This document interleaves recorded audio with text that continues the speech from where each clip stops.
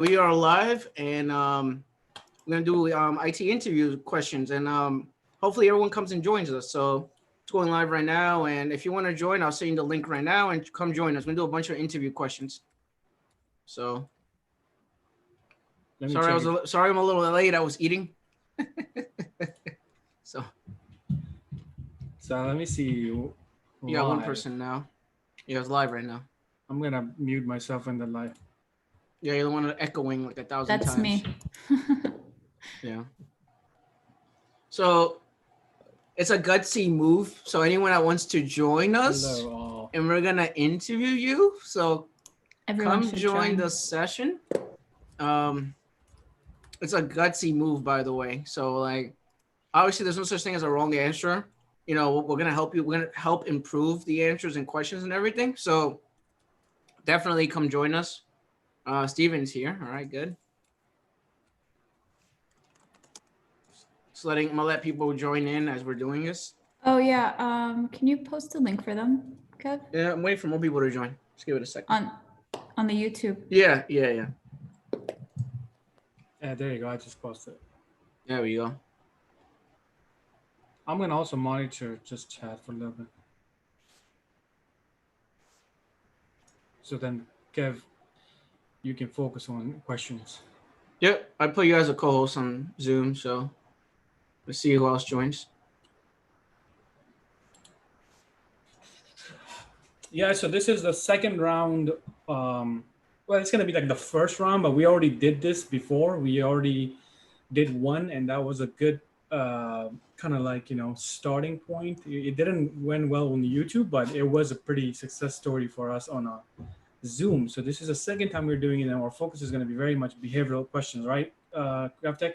Yes. Yeah, and then the third one that we're going to create is going to be a very technical one, basically basic to mid-level technical interview. And for that, I'm going to need machines. For that, I'm going to need access. So that takes time, but once we get that completed, everybody who joins this, these type of mock interviews will have ability to do this. And to be honest, at one point when we cover, like say 4 or 5 or 6 sessions like this, that should be enough for any brand new person to get so much confidence and learn from this type of mock interviews, because you get to see exactly how people react in the interview. Welcome, Steven. How are you, brother? Steven, you're on mute. Steven, you're muted. Now can you hear me? Yes, sir. Yes. Yes, we hear you. Hi, how is it? How's the levels? Okay? Good. Okay, thank you. Maybe a little far. Far. I'm always a little far. I have your favorite shirt on there. Yeah, Snoopy. You guys, I applied to 15 jobs. Wow. Nice. That's nice. You're definitely gonna start getting calls soon, I know, I'm excited. Oh, Steven starts on Monday. Did you finish all your paperwork? Yeah. Or did you leave them? Are you like, bye?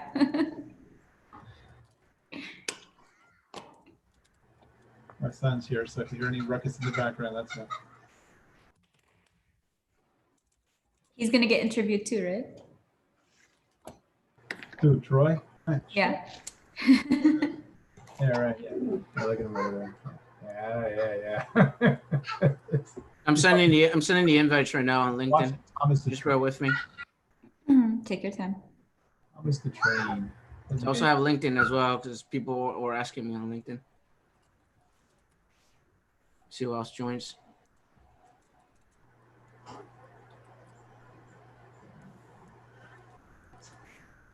Obviously, if not enough people join, we're not going to do any interview, because we need more people than this. So I am not enough.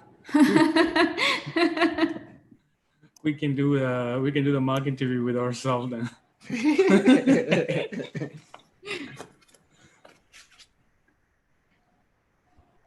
I know someone else said he wanted to be here, so I'm waiting for him to join. It's a few other people I said they were going to join, so just waiting. Yeah, we can wait. So, Haifa, what kind of jobs are you applying so far? What kind of positions have you targeted? So some of them say help desk entry. Sorry, 1 second. Sorry, my throat's really scratchy. I hope I don't have the Rona. But what's it called? One MSP job. I only found one, and then all of the other ones were like tier 1 and help desk. Nice. Most of them were. I didn't apply to any schools or anything like that. Maybe this- I applied to a few government ones. Maybe and this a- might be. Yeah, go ahead. Go ahead. I was asking Right. about this. And then there was something that was really confusing. Maybe Mhm. maybe you guys could help me with.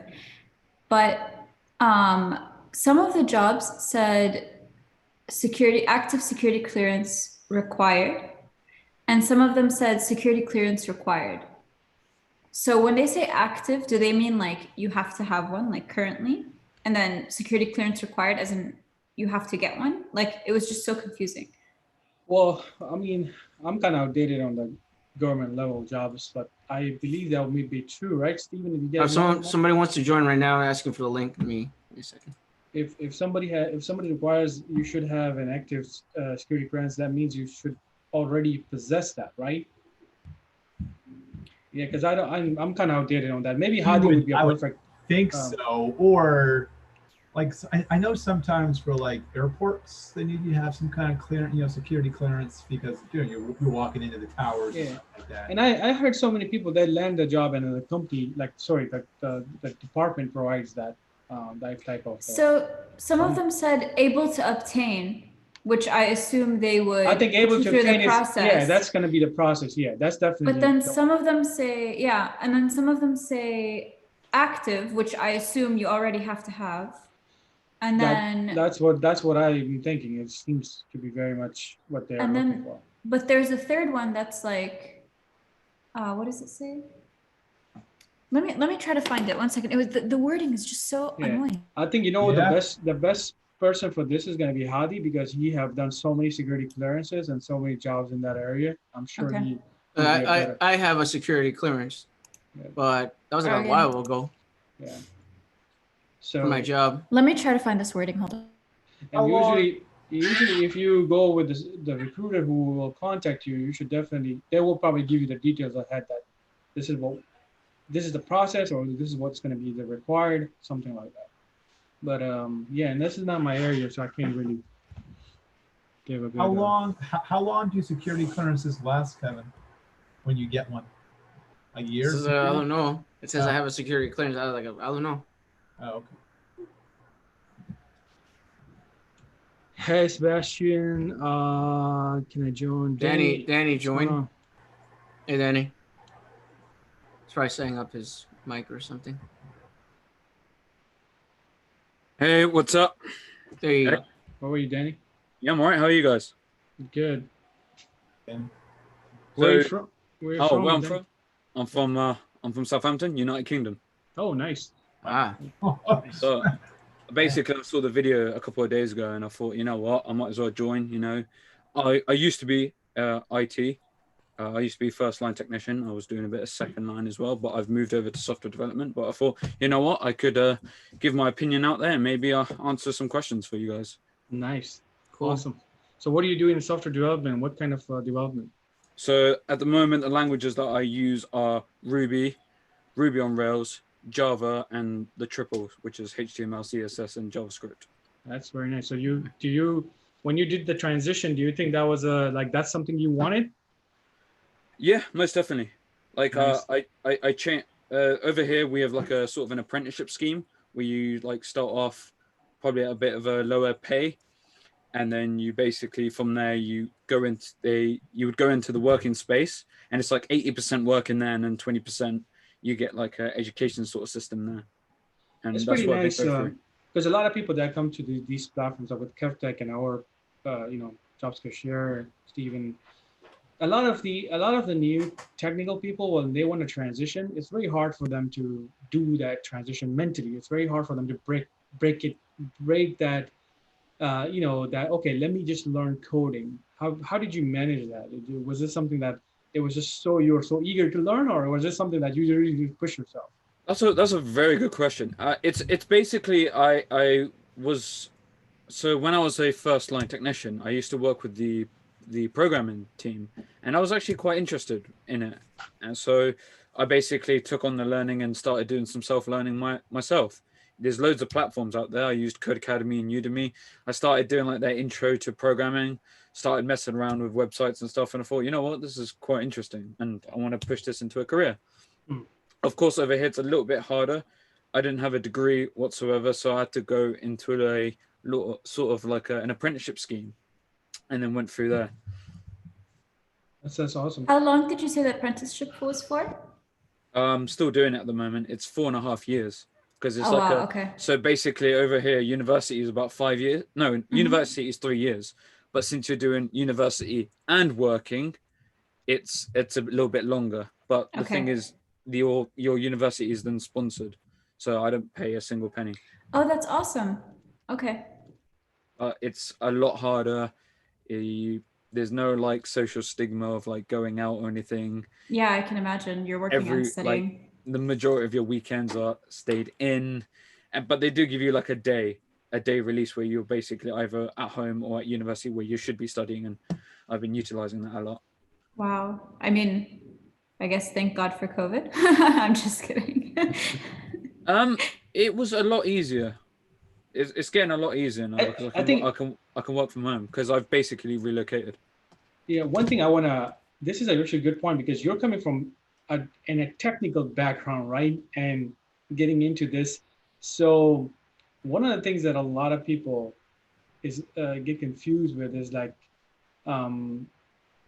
it's like, they're like, people are confused that should I start with programming straight up, or if I want to go to the help desk side and then take a program, do you really think that's a good option, or do you think people should just straight up go to programming, forget about this whole?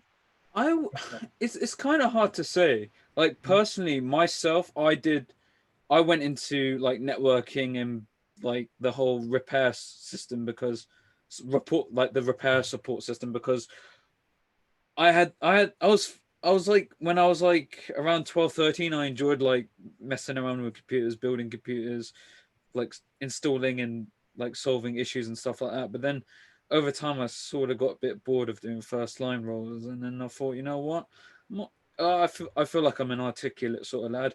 Why don't I go try something else, And I started programming, started using the code that I was learning to tackle problems and build my own programs, even though it was like little like calculator programs or little databases. I still found it quite interesting, and then in the end, I left the company and then I went to pursue something else. Because the reason I ask is that I worked with a lot of programmers that are really, really good with programming, but at the same time, there will be programmers that will be struggling with basic networking, or basic computer, IT issues, right?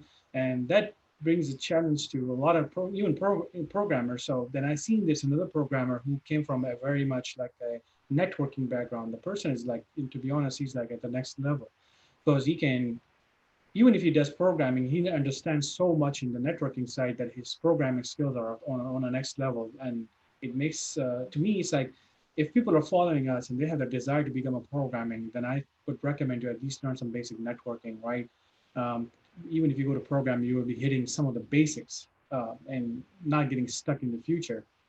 You will not get stuck as a programmer when you're doing your own programming in Ruby or PHP or anything like that. But at some point, I think you're going to be dealing with connections and you're going to be dealing with web servers, right? And those are all require some level of networking, right? Yeah, of course. And when people have this type of knowledge, the IT knowledge, combination with their programming knowledge, I think they become a really they are very skillful people out there. Then that's what I believe and can experience with other programmers. Because in my platform, I have 3 programmers. So 2 are like PHP experts. They can develop anything in PHP, and the rest ones are .NET and kind of like a mixture of it. And it's like some of them will struggle with networking side of it. You explain something to them like, well, I need to create this connection, but I want to make sure that it connects to the database of this programming, or sorry, this SQL language or whatever.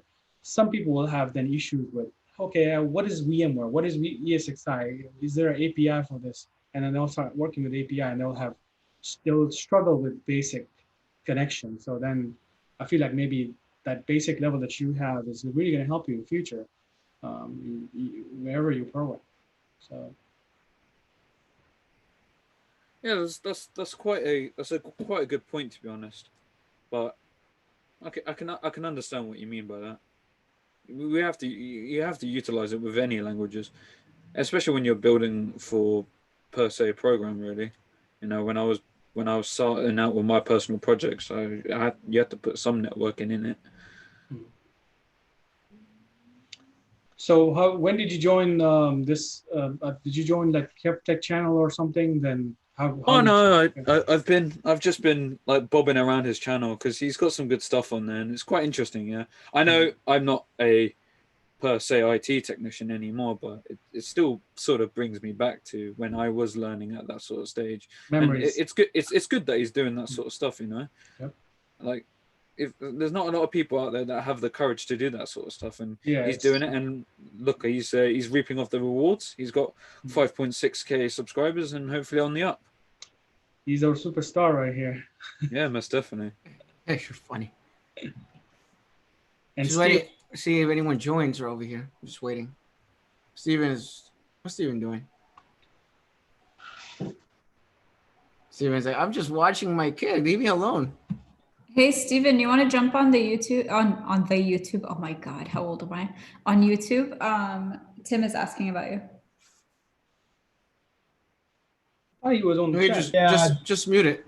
I kind of have you guys up on both. I'm kind of like, Yeah, just mute it. Just mute it and join the live session on YouTube. Yeah. You talk to him. Yeah. Hold on one second. The reason I didn't start at 2:00 is because I was eating.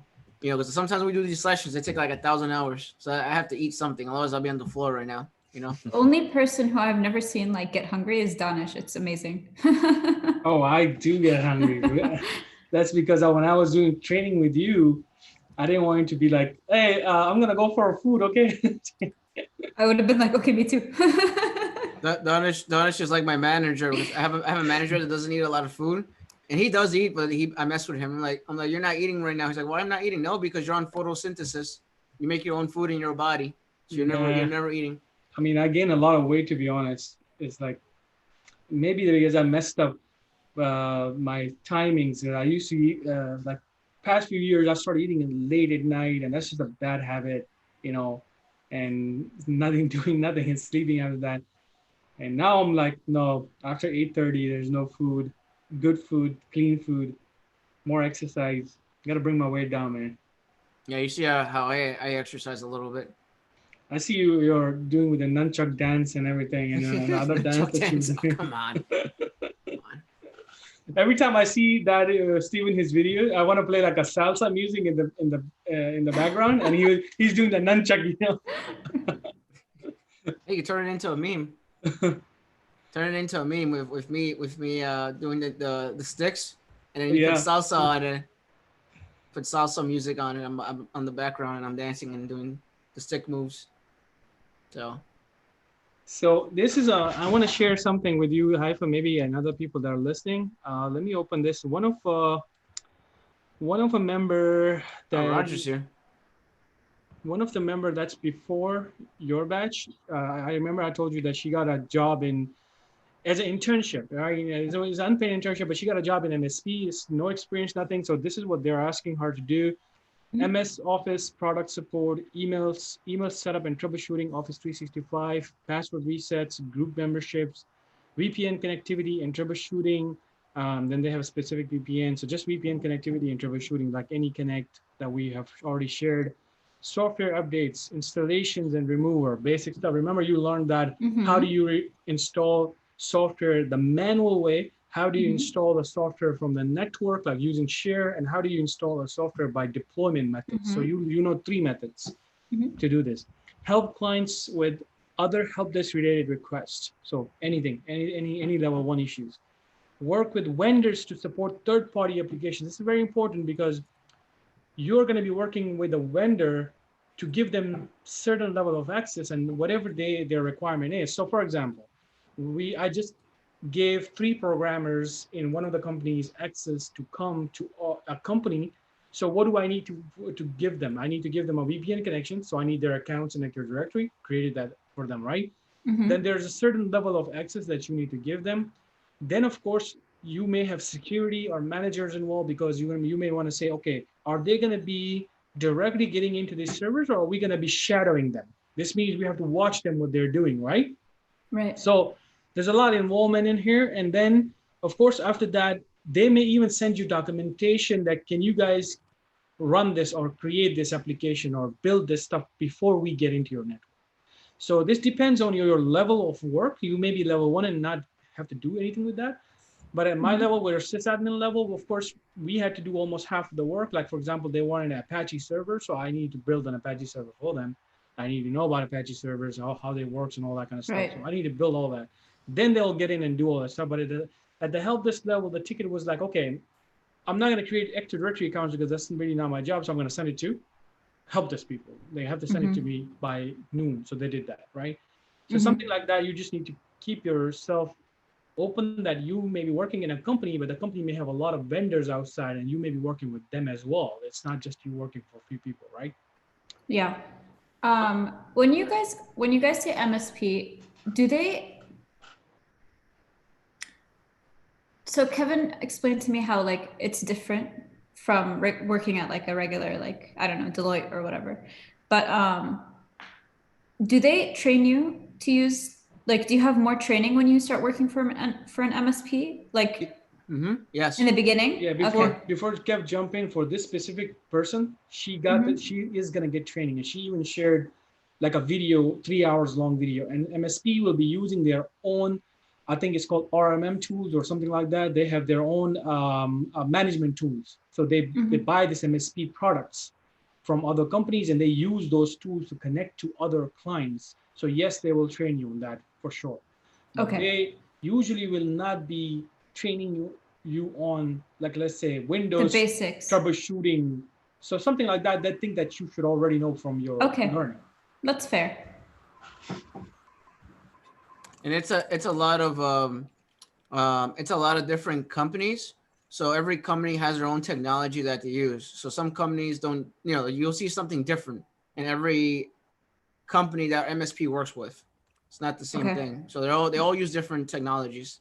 Okay. That's why, like, I know, like I said before, like the stress is extremely high for an MSP, but at the end of the day, you get a lot of experience. So then when you get out of an MSP environment, it's like having like 2-3 years of experience, because you're all over the place. You're learning a lot of different things. So it makes you stand out.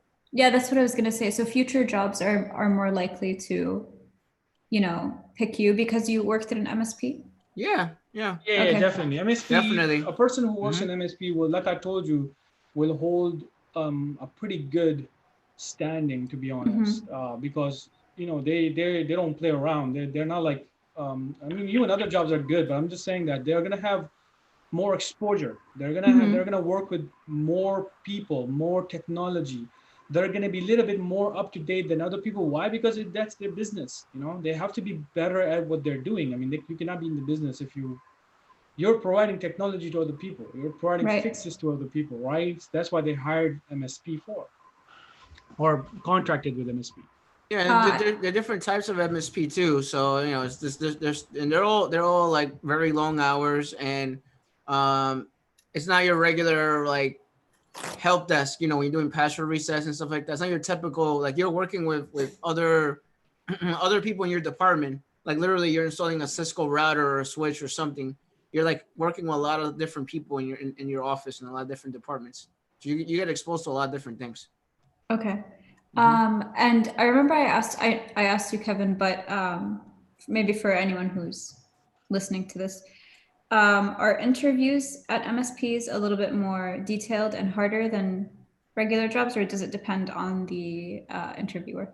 Depends on the interviewer. I think in my interview, the guy literally gave me a VM server for 2016 with a laptop, and he's like, "Here, take this. Now show me how to do a password reset. Show me how to create an account. Now show me how to unlock an account. Show me how to add someone to a group." and he was watching. He's like literally behind me, on top of me, looking at Wow. what I'm doing, and he's like, okay, you know what you're doing. That's So- Now stressful. Yeah. remember, there are MSP that they're gonna need someone who knows their stuff because they have a client out there. Let's say somebody left. Let's say Kevtech left today, and Kevtech was managing one of my two major clients. I'm gonna hire someone at his caliber. The reason for that is, why is that? Because I already built such a high rating with my client. I'm not just gonna hire someone brand new who doesn't know too much and put that person in front of them, right? That's business for me. So here's the thing: maybe another MSP is very large and very big, and they have Kevtech, like they have, like, let's say 6 people like Kevtech. They're gonna say, okay, let's hire Haifa with lower payment, because that's what MSP does too. They will save money too, right? So they're gonna hire you, and they're gonna have Kevtech and other people kind of like work with you. So you will become like Kevtech in a year or two, but they're gonna invest in you basically. They need people to them. Because they know people like Kevtech in the future are gonna move up, or if they don't get opportunity, they're so good, they're gonna find another place. They're gonna go. They're definitely gonna go. Okay. So MSP works that way, and MXP works this way too if they're pretty large. So go, like, if there's pretty big MSPs out there. Maybe I'll send you a link, 2 or 3 of them. I know some of them. I Yeah, if you have a could, link. because I wanted to apply And to Kevtech more also than have one. some links.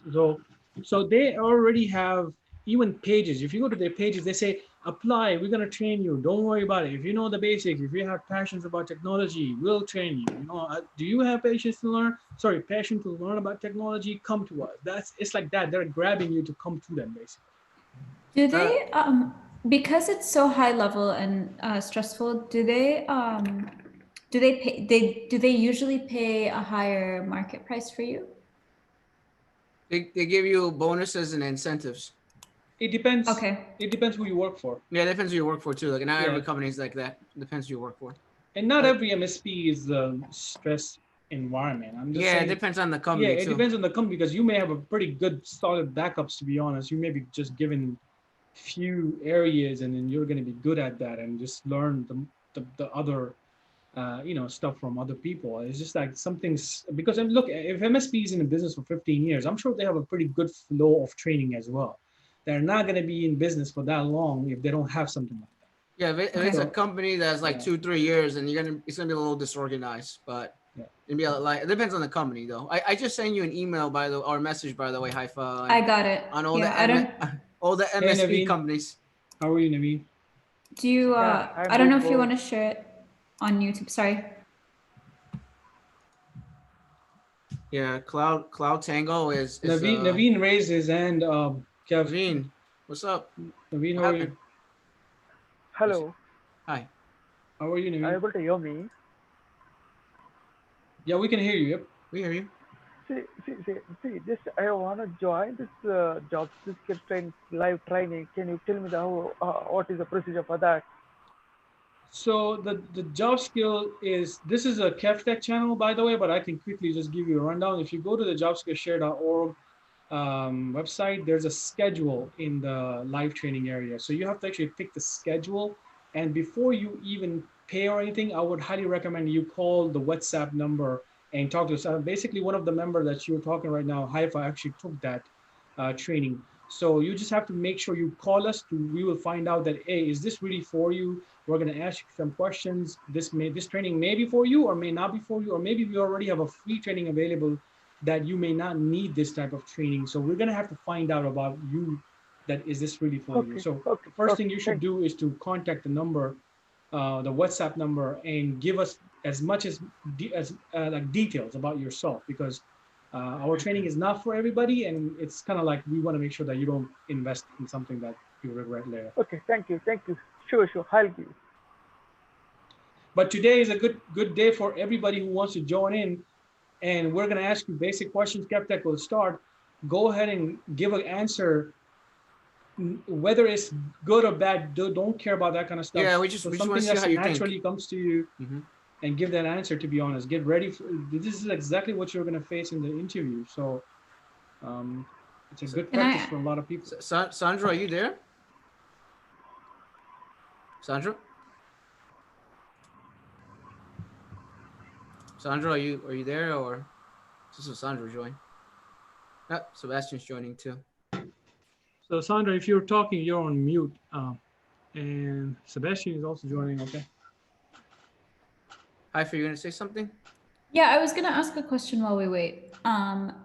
In interviews, do they usually ask you about specific ports, like, or is it just?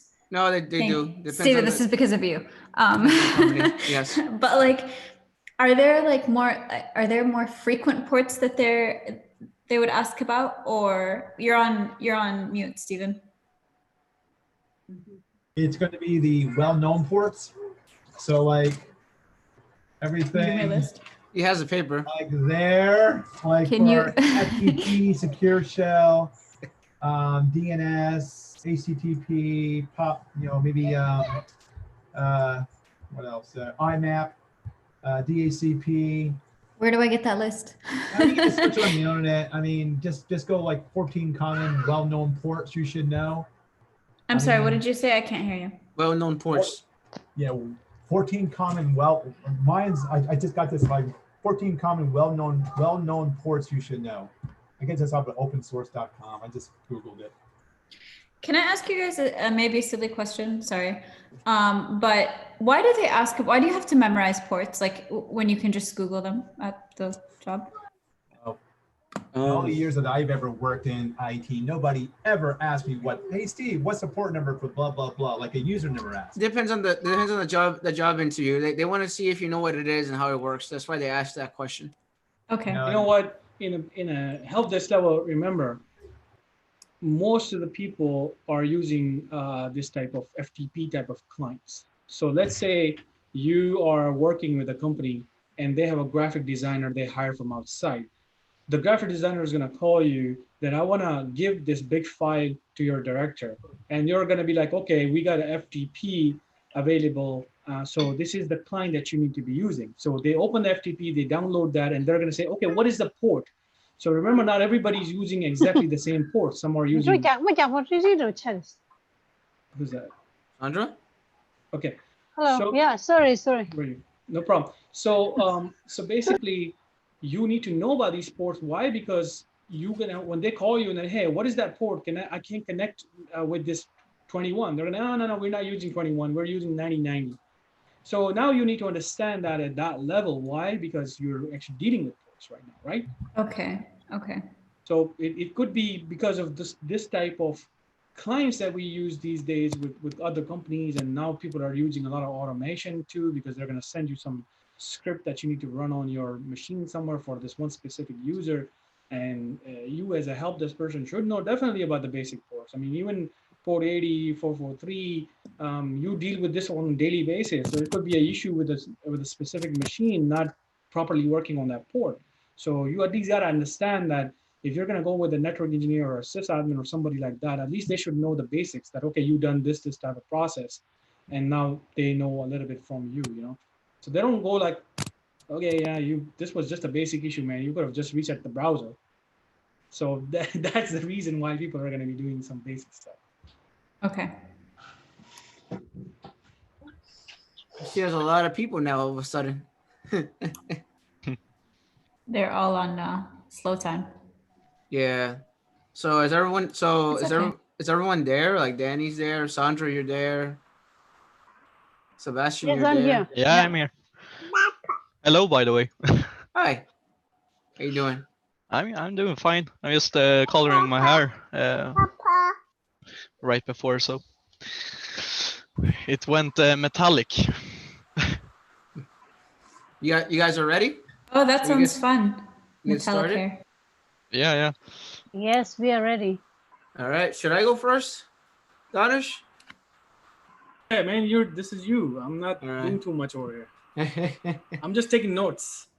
Actually, let me get my notes up so I can mark the names. All right.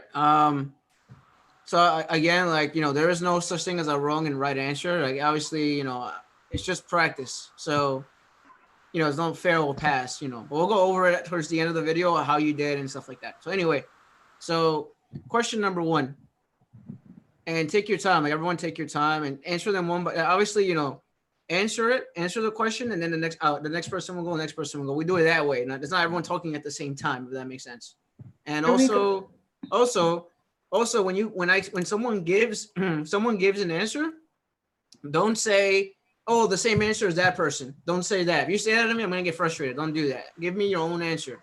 Don't say, oh, just like what that other person said. Don't say that. So, all right, Haifa, what's up?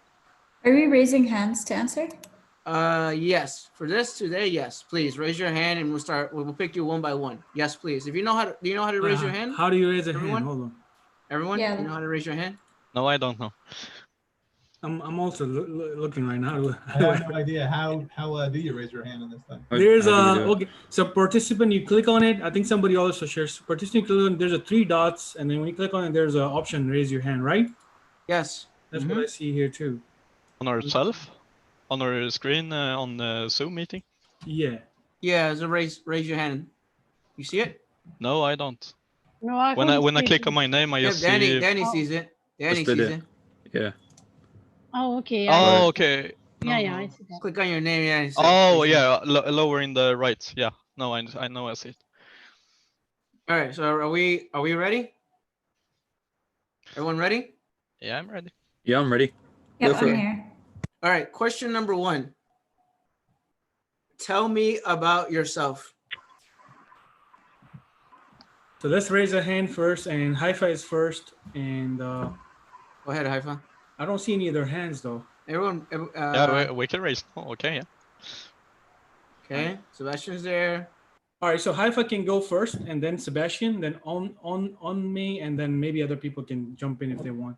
Haifa, go ahead. Okay. Hi, everyone. My name is Haifa. I'm 32 years old. I'm from Saudi Arabia. I'm passionate about IT and hoping to become a cloud security engineer one day. I've joined so many communities such as Spiceworks, Tech Ladies, Job Skillshare, and I'm an active member in most of the communities that I mentioned. I'm currently in the process of getting my A+ certification. I also have a passion for helping people, and I feel like IT joins both of those worlds. Thank you. Okay. So I'm next. Sebastian, yep. Yeah. Tell me about yourself. Yeah, hello everyone. I'm Sebastian. I live in Sweden right now, and I'm 22 years old, and soon 23 years old. My thing about this is I was going in school, but I was not able to go to school because of physical health, mental health, and about that time I just went home and studying computer right away. So this is why I'm going to this interview, and I have a thing that I want to learn some stuff all the time about PC, because I know you can't learn all the time. And my experience in PC, I don't know so much about that. I'm totally new. I need to learn, of course, but I'm going to this courses on the Job Skillshare, and I'm totally going through it. Yeah, so that's who I am. That's what I'm interested in. So.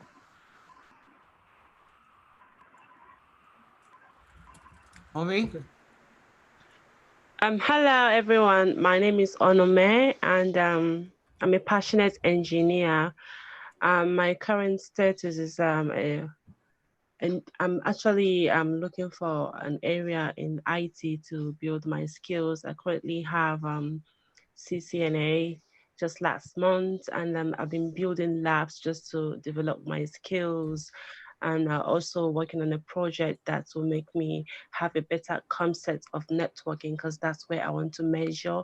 And I have a master's degree in engineering, which I've spent so much time studying the concept of networking, and also trying to acquire a new job in the IT industry, just to make sure that the people who are using the end devices enjoy the benefits of technology, supporting them in the aspect of making sure that the network is up and running, Also, I have customer service experience based on my last job as a sales consultant. So I'm friendly, and I work hard to ensure that things work really well.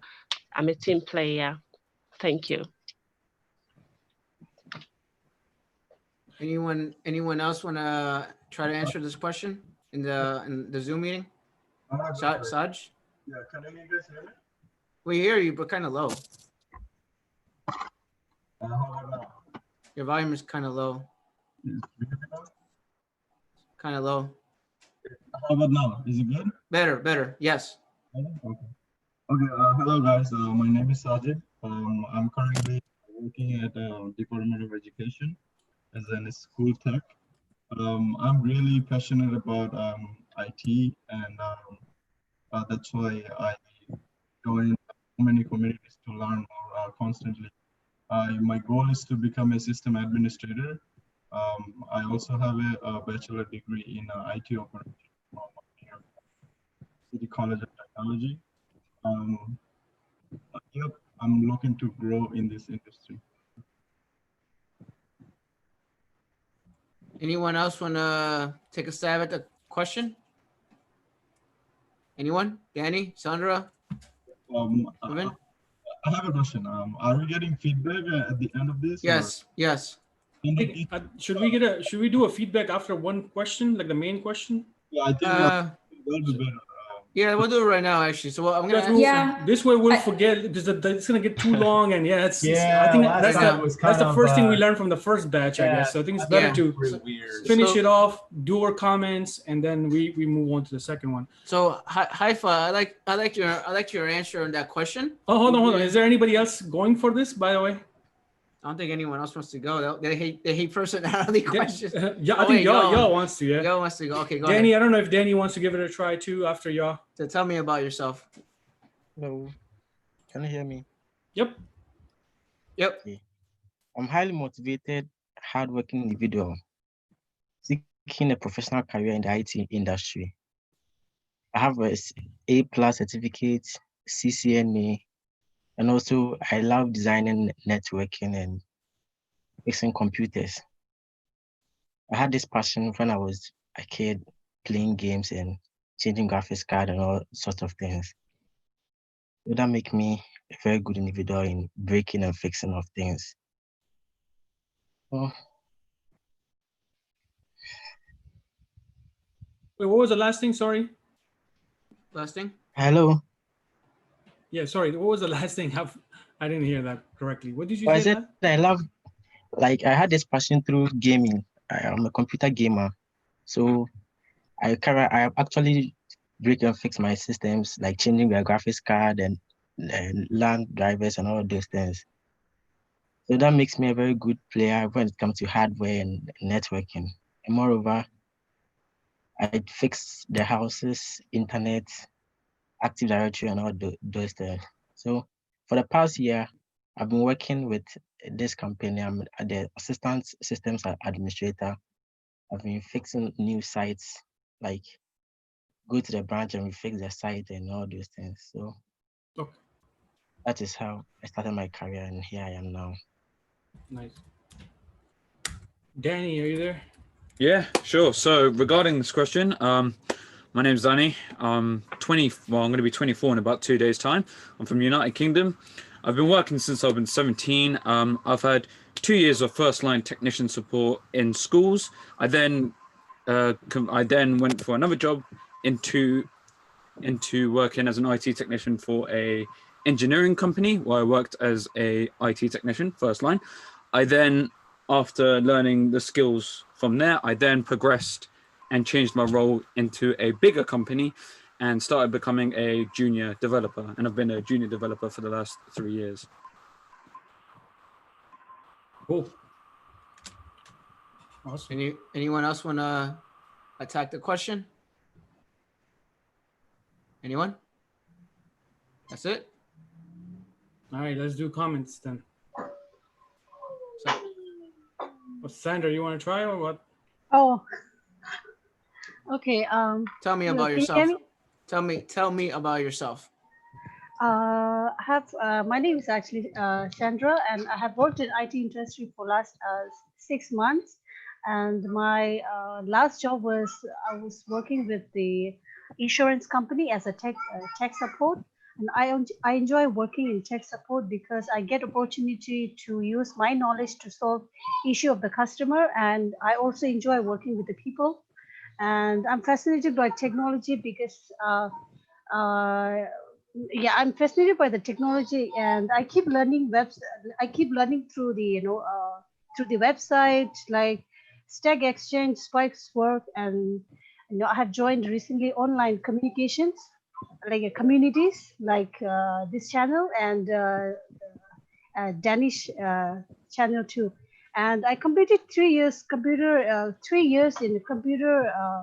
I have a 3 years 3 years of computer diploma, and I think my real strength is to give my real strength is attention to detail and ability to get things done before the deadline.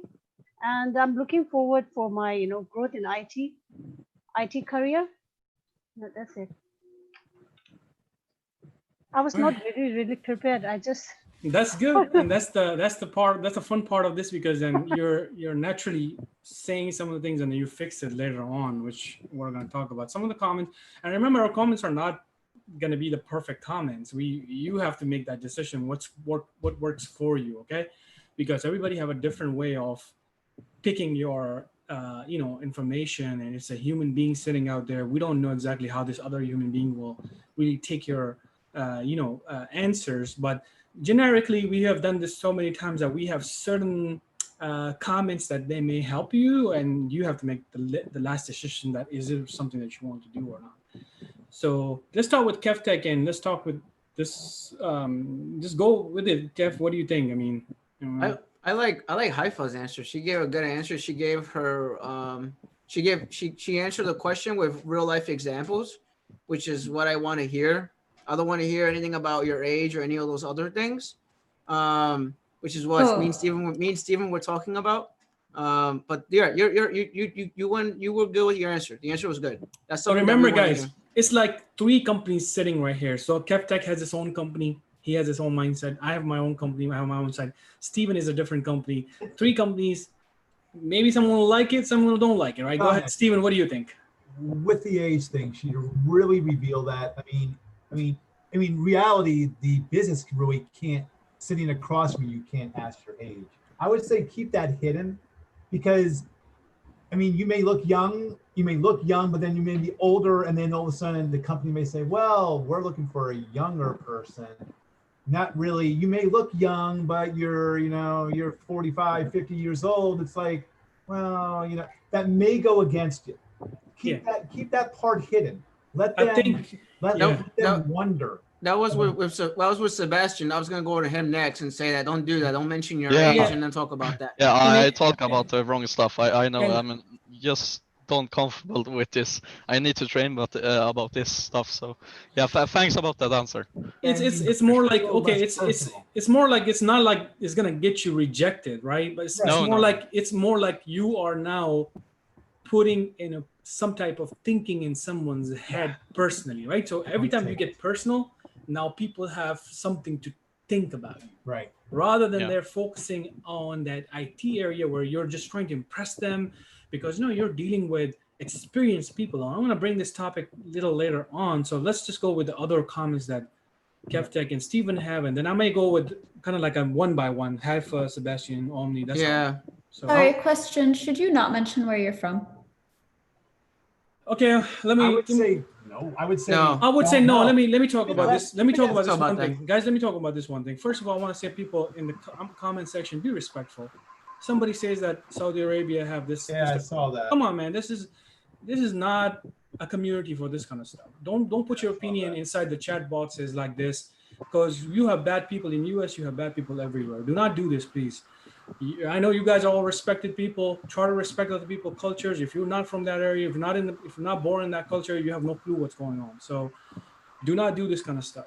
Second, The reason I said Haifa is for this specific reason. Even this comment is a good example. Let's make it this more a positive way. I know the comment was not good, but let's convert it into a positive side of it. If you were sitting in the interview right now, if that person was the manager or the person who just did commented, do you really think you're going to get that job? Most likely no. Because the person have a mentality like this, and when they start thinking about you without they even knowing you, they based you on your country, then how are you going to even get that job? So this is the reason why I tell people do not get personal. Yeah. And try to make it more towards IT. Don't talk about Saudi Arabia. Don't talk about Pakistan. Don't talk about anything. Not even something specifically a cultural thing inside US too, like state by state. After you're freaking hired. Yeah. After you're hired, conversation. Hey, I came from Saudi. Yeah, whatever. Don't, because that just may put a little bit of a different spin how they're thinking in their minds. They leave you, they go back to the room going, yeah, she's from that. Yeah, I don't know. What do you think? Yeah, pick somebody from the USA. You don't know. So kind of like. So would you say, hi, my name is Haifa. I'm passionate about IT, blah, blah, blah, blah, blah. Yeah. It's a good answer. Exactly. It's a good answer. Yeah, It's not, exactly. Like your answer was actually really nice. You talked about A+, which is a term. This is what I call you want to impress people with terms. So look at this. You said A+. You said you're passionate. Then you talked about communities. And here's a mistake that somebody did. Sandra did a mistake. She said Danish. I mean, Danish, who knows Danish? The hell is Danish? Who knows Kevtech? Who the hell is Kevtech, right? They're going to be like, why are you giving me these names? Give me the community names. Now, community names does matter, though, by the way. Even if they don't know. Like, I'll give you an example. A girl from Philippines said that I'm following jobskillshare.org platform. And they actually pulled up JobskillShare in front of her. They pulled it up.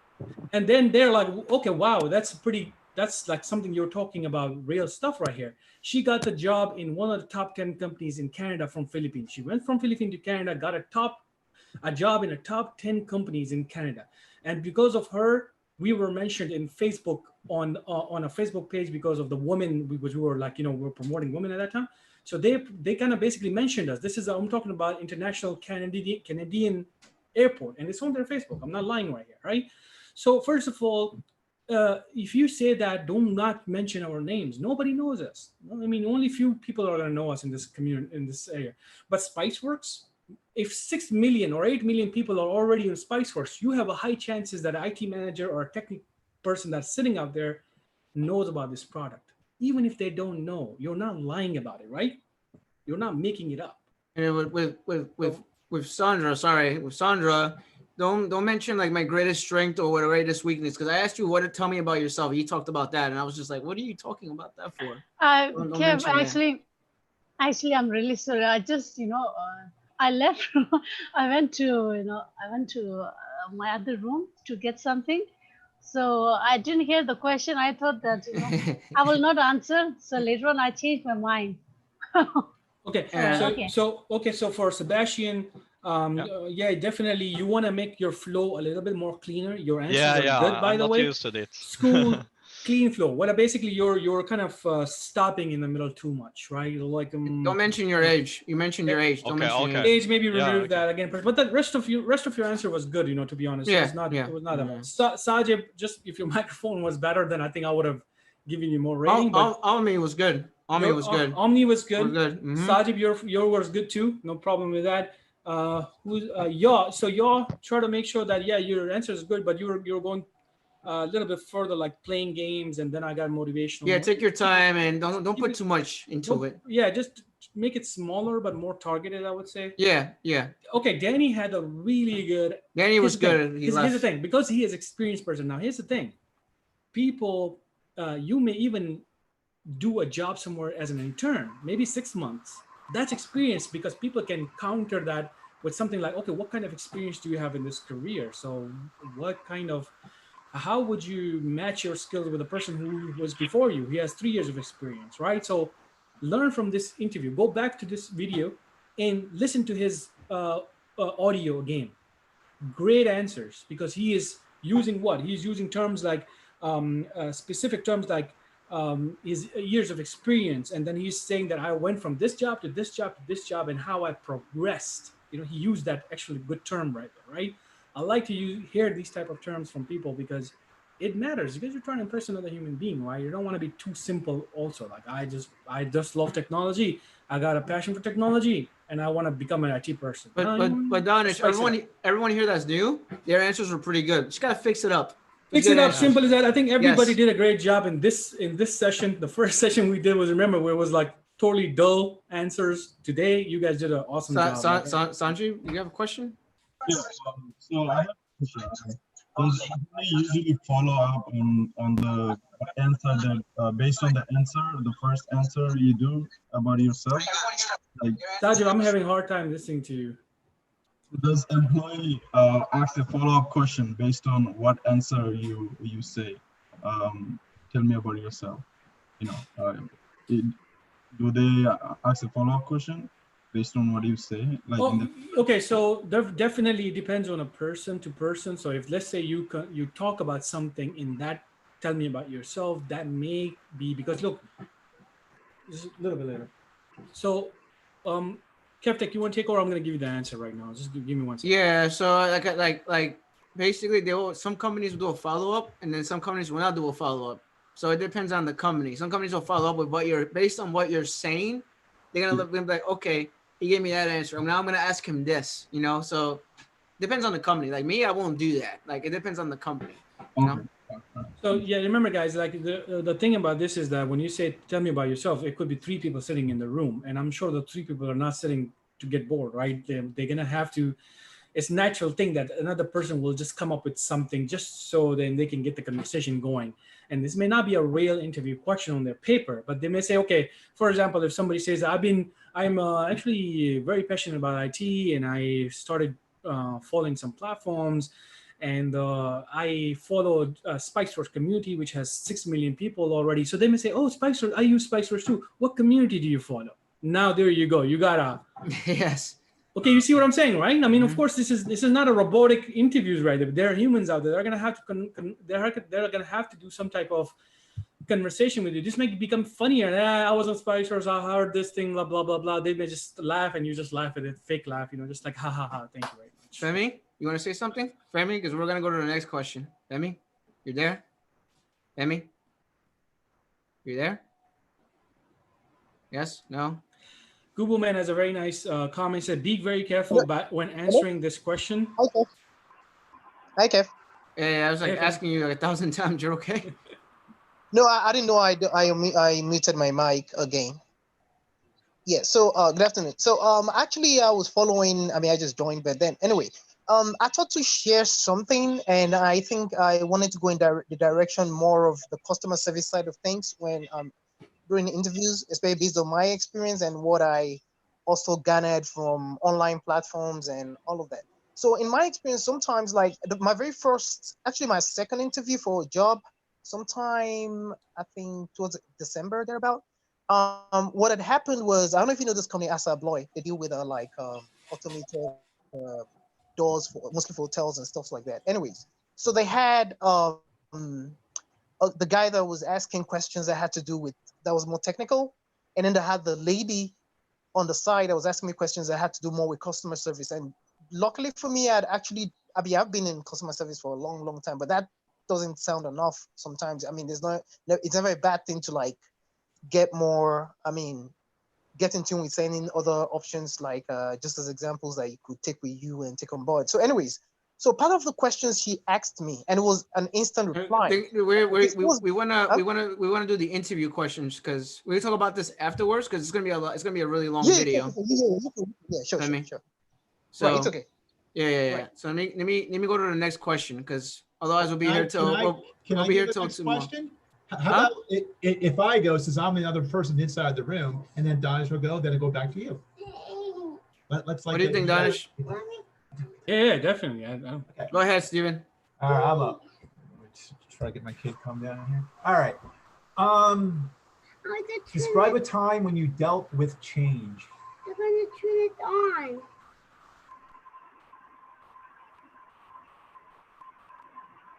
You guys want to raise a hand? Who want to try? Sorry, what was the question?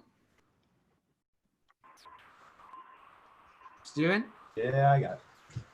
Describe a time when you dealt with change. Does it has to be related to IT or could be anything?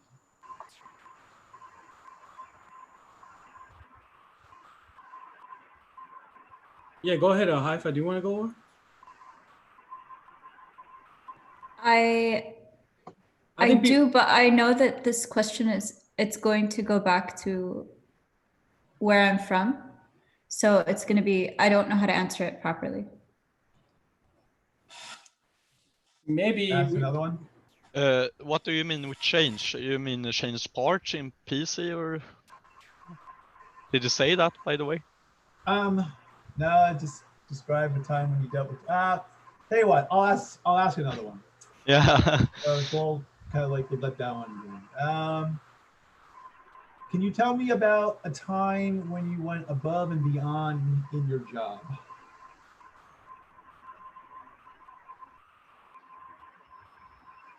Sanji? Saju.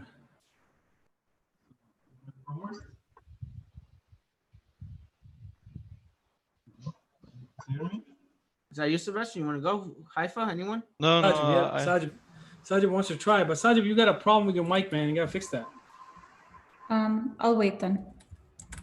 Or should I go and then we'll wait? Go ahead, Haifa. Let Sajib fix this. Sajib, maybe you can. Well, maybe it should be ladies first.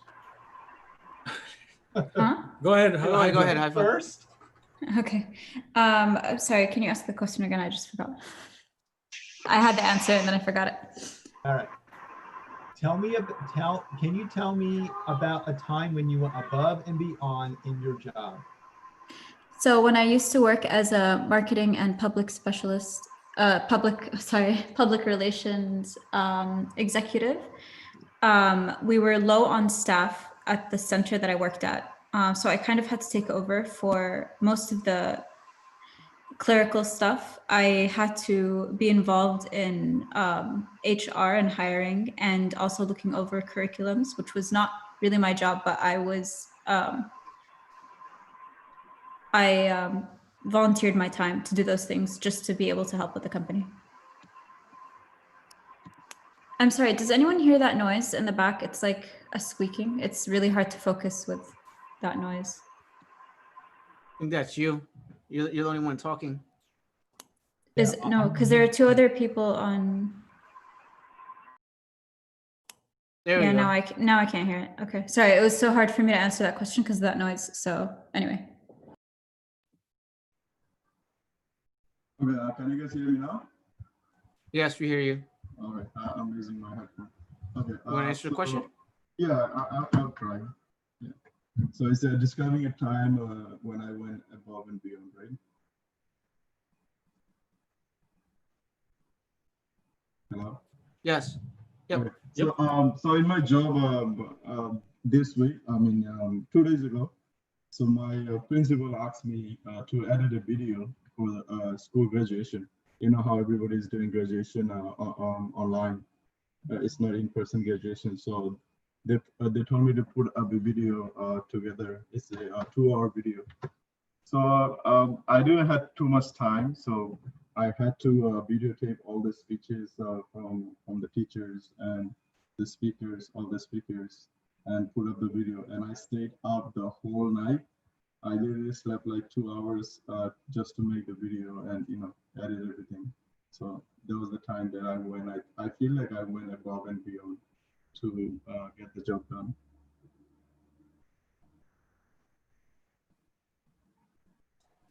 Okay. Anyone else want to go? Omi? Yes. So my current job, sales consultant.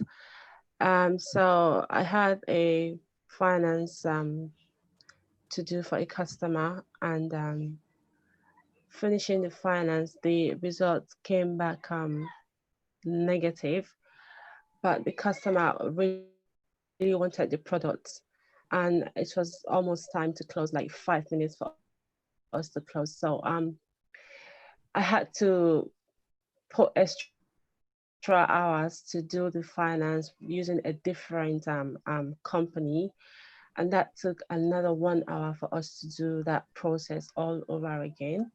I felt it was very important to make the customer happy because they're our top priorities. We are meant to actually make sure they're satisfied with our services. So I had to give in my extra time. I was very polite. I didn't even show that I was not happy with the situation, even though I wasn't, because I had something to do after my work, but I had to stay back to actually make this process done and successful, just to make sure that everybody is happy. So I feel this is a very important trait that every individual needs to actually have, because it's very important for us to make sure that customers or clients are always happy, even though it's something that is way out of the normal procedures. That's it.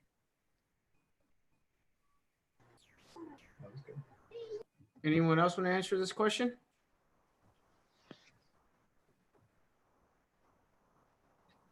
No? Yeah, I would like to share about my experience. When I was working with when I was working as a tech support in the insurance company, that during that time, when I just joined, my manager, she said that they had a problem with the video conference every time when they have a meeting with the client, and they have a problem with the printer too, the network printer. And so I was kind of nervous, because it was a first job for me, working in an office, and in an office environment as a tech support. So after after 3 days, after getting after knowing after the knowing users and how it works in the office, and the knowing people, and then I started working on that network printer. Usually the problem was, as I already shared with Kev before, the problem was with the scanner. It was not scanning. They have a two network printer, and that one particular network was, the scanner was not working. So user has to send, like, they have like 100 pages to send it to send, and they after scanning after scanning that page, he was not able to save it to the shared drive. So every time he has to, whenever he has a pages to scan, he has to scan that and then send it to email, and then save it to the shared drive. So what I did is I just went to the website of that Ricoh printer, and then study about that one, and also check the configuration of the other printer which was next to that printer, and copy the configuration, and check with the user. And also I have fixed a long time issue they have with the video conference. So whenever they have a client coming from outside, or whenever they have a upcoming meeting, I always get prepared before 1 hour. I call my IT tech support, my other, I check with my colleague who is working in US, in New York. So I call him and then do the test and audio and everything, and then I just get it ready, and then set it up. And after, once they are connected and everything is fine, I just wait there for a few minutes, make sure that everything is fine, then I leave. So that's later on, maybe after 2 months, I got the appreciation from the manager about my work. Yeah, thank you.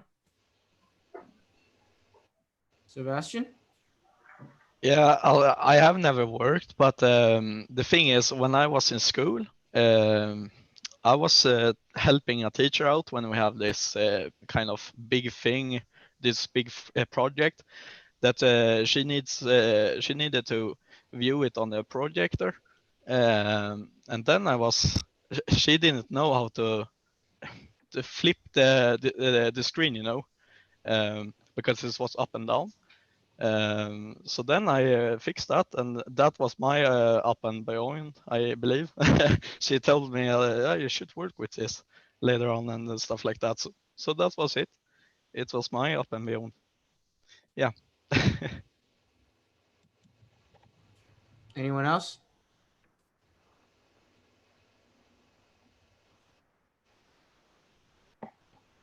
Michelle? Yeah, I think Yo wants to go. No one wants to go. Okay. Yo? Hello. Yep, go ahead, Yo. It was my first week at work, and I remember there was a fault with the network. Well, they were like a group of computers, like people using that computer were not able to connect to the network. At the same time, the photocopier machine had also jammed, the paper jam in it. So, and I was only the tech guy over there. The rest were on another project, so it was only me. So I had to go down there, try and get a network on. So I checked the network's IP address. They weren't receiving the DHCP service address. So, and it was my first week, so I didn't want to touch the server and all the stuff. So I had to call my boss, and he directed me to do it. I told him I was the only one. They told me to just do it, do what I can do.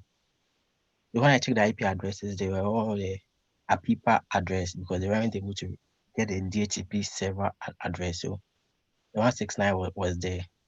So I asked other people over there to check if they're also getting the same problem. And they said yes. So about 50 computers out of 200 were all getting that same problem. I was the only guy. And they needed a network to process transactions. So I had to manually input the IP address one after the other.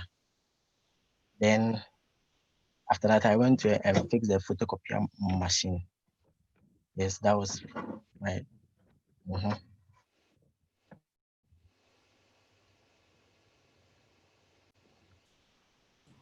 So that was how I ended it.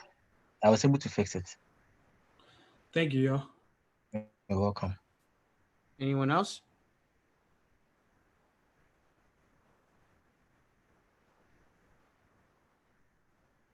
Doesn't seem like it. What do you guys think? Steven? What do you think of the answers? I think they were good. I think Sandra, you can maybe shorten that up a little bit. I was kind of like falling asleep. I mean, it's nice to give a little bit of a long thing, but don't like bore them going. Yeah, I mean, you could shorten that up into something really nice and sweet to tell them. Like if you could really get that story and yeah. You know what I mean? Actually, I think yes, then you would really blow them over with it. Yeah, thank you, Stephen. Actually, I was confused whether I should tell tell about two incidents or just one. Just one, because you went inside again. You start talking to Kevtech, and we were putting up points on you. I'm like, hold on, wait, why Kevtech or personal thing came again? So, of course, that's something you're gonna work on. But the answer was good. I really like the answer of Yaw, to be honest. Yeah. Everybody did great, but Yaw kind of nailed it, to be honest. Yeah. Okay. Remember, it's the question is, what did you do up and beyond? So what Yaw did is this. He limited it. He talked about a bigger issue, 200, 500 machines. Then he had to do something manual. Then he dropped term bombs on them, APIPA, DHCP. To be honest, if I hear stuff like that from someone's mouth and they're brand new to IT, I'm already liking you. Why? Because you're already dropping terms back to me, right? And your story makes sense, and you defended it pretty nicely. Like you kind of like told me that I did something that nobody, even if it's, to be honest, even if it's a fake story, I don't give a shit. Like this is, sorry about my language, even if it's a story that you exaggerate, even if you exaggerate, but you done it in a pretty good way. So yeah, is if you guys listen to his response, to be honest, try to make something like that. And Sajib's response was pretty good too about the school. So he's also put something in there. The rest were kind of like good answers. Haifa, when you answer the question, don't say, oh, I'm sorry, or my bad, or sorry. Don't do that. Don't do it during a job interview. Please don't do that. Okay. No, I was so hard for me to focus with that noise in the background. Yeah, I get it. No, then but you're right. Then you have to work on how can you deal with what if there's construction going on in the interview area? What if there's a lot of people talking? You cannot tell them that, can you shut them down, right? So something maybe you should, that's another thing maybe you should be working on. That's just personal to you. You got to be working on that, right? Because it did distracted you from getting points from us. Does that make sense? So 100% you got to be then, okay, you know what? If 3 people outside of there are talking, how do I respond? Maybe you can practice with some of your family members and let the other person talk on, like, hey, just say ABCD till ABCD. Yeah, that will happen. That will happen. You'll have like you. background and distractions in the back end, and you can't even do anything. You're talking to someone during an interview. That does happen. You know. Okay. I mean, So, I'm hoping we'll do enough of these where I stop caring about that. You guys should look at the take comments. the anxiety away. You guys should look at the comments too, like, you know, like WP saying that, you know, how would an interviewer know your story? It's true. To be honest, that's exactly what it is. Like in HR people, to be honest, they know that you're not going to say 100% truth out there. And HR people don't care if you are saying everything truthfully. You know, as long as you can talk about it, as long as you can make up a story, as long as you know what you're talking. Now, remember, if you say a PIPA or if you say DHCP, get ready for the counter questions too then. So you don't want to make something that you cannot defend to them. Don't get stuck in that too. Like, okay, you say a PIPA, give me an example of a PIPA. Yeah, I was working with this person and this client, blah, blah. Yeah, I'm gonna go find out what company this is, and I'm gonna go call them right away and see if this is true what you're saying. And they're not gonna do that, you know. It's just Another answer that I like is Sebastian's answer was like not too much, but to be honest, he didn't have. It's like I didn't work anywhere. But he gave an example of something else. There you go. Yeah, somebody says I didn't work. First of all, you don't have to lie about your work too. Then you cannot just say, yeah, you know, so I worked with this company, and you cannot make that kind of thing unless somebody, like, for example, JSS members get internship from us, and we have to train them. Okay. In internship, you got to say, because you are getting a product access, you're not like a real IT professional. So talk about the products rather than talking about the real stuff, right? So you have something in defense, and no one can challenge me because I do that. Like, who will challenge me? Like, say, okay, that the company is fake. Oh, come on in, check it out, right? But the thing is this, that for people like Sebastian, who's not a JSS line member, then of course you're gonna say, yeah, I have not worked in the company before, but let me give you a different example. Yeah, you could do that. That's what I did, Sebastian. In my first IT job, I used my restaurant experience to answer a question of how I went far and beyond.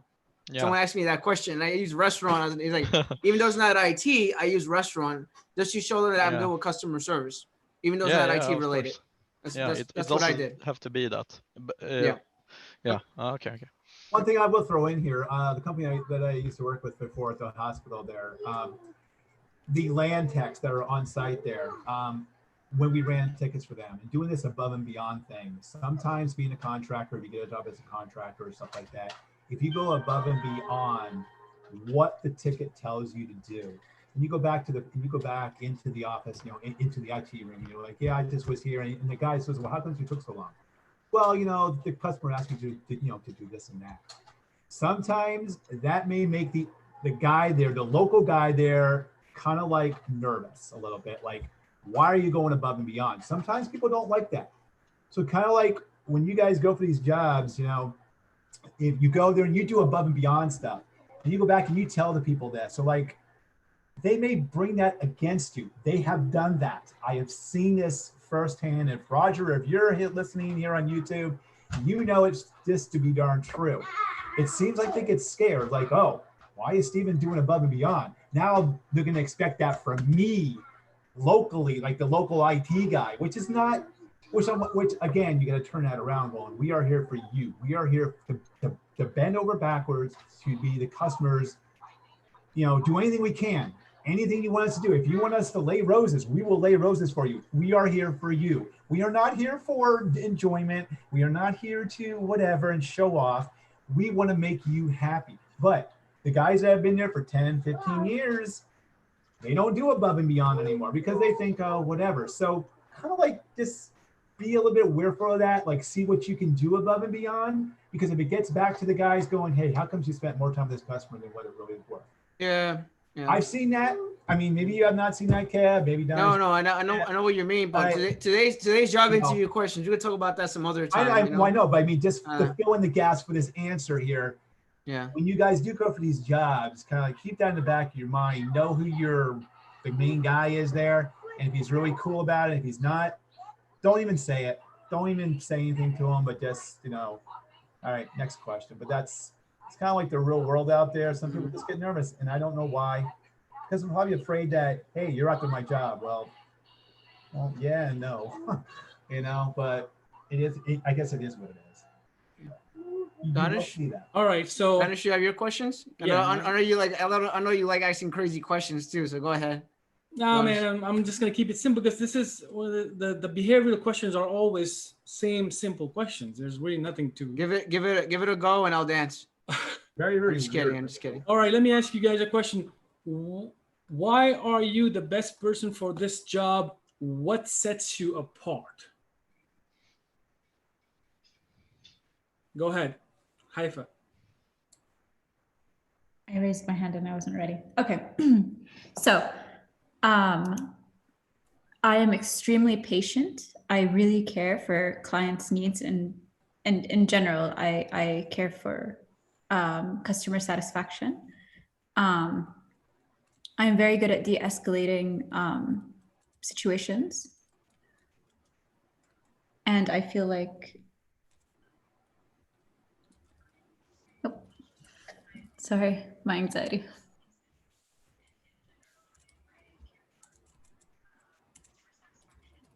I love chicken. I love biryani. Just kidding. Sorry, I just blanked. It's okay. It's okay. I get deducted points. That's fine. All right. Anybody on me? Okay. I feel I'm the best candidate or the right candidate for this role because my personality and skill sets match the job role. So I understand this is a customer-facing position where customer service is key. Based on my previous experience, I have enjoyed my time speaking to people, understanding their problem and finding solutions. And in this role, based on my knowledge, it involves solving problems with time and accuracy, also working as a team member, putting our best together to ensure that things are working successfully based on service level agreements. Also, I've been working so hard on my labs.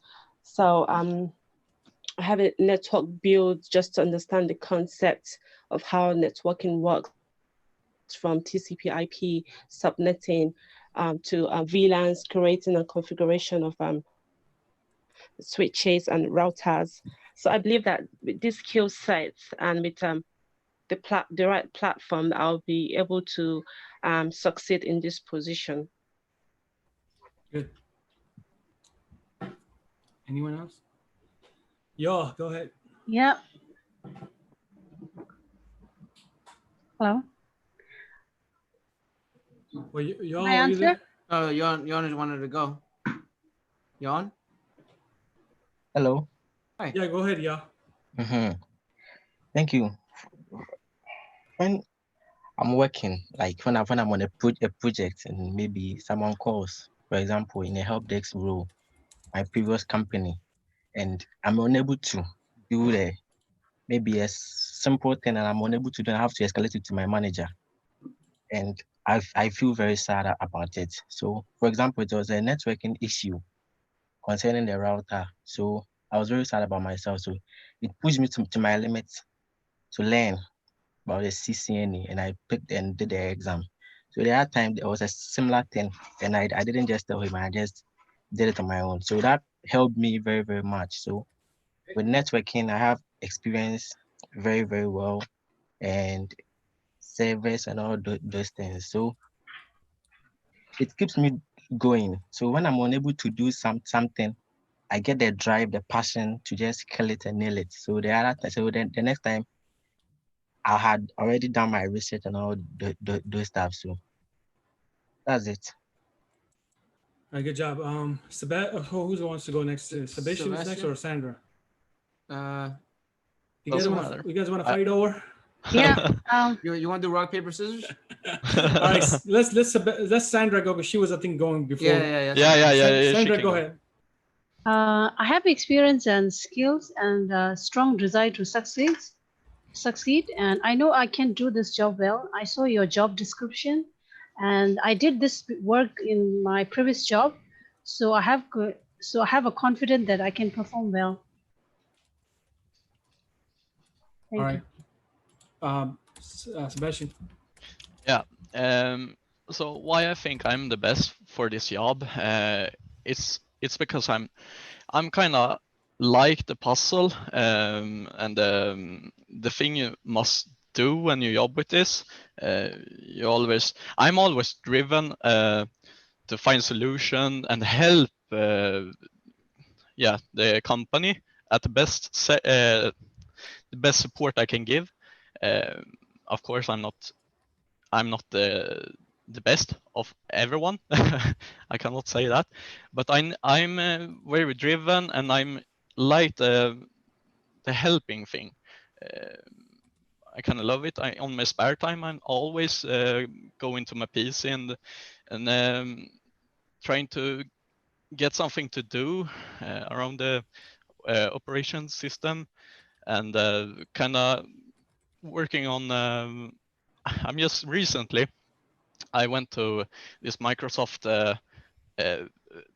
Knowledge Center, I believe it's called, and I'm doing research, and I'm trying to help people that have their own tickets on the Microsoft thing, and I'm trying to help them about that, and I'm trying to always be open with my mind and trying to help the best I can. Yeah. All right, who's next? Can I re-answer? That's cheating, but yeah, go ahead. Hey, we got to do that last time. Okay. Go ahead. Okay.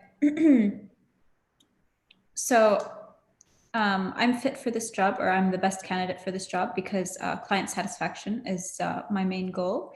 I am a quick learner. I learned about Active Directory. I learned about Office 365 management and VMware, all in the time span of 1 month. Of course, there's much more for me to learn. However, I know I learned all the basics of those in the span of a month. I'm very good at de-escalating difficult situations, and I'm extremely patient. I know that a client comes to us for their issues, and so sometimes they can be very frustrated.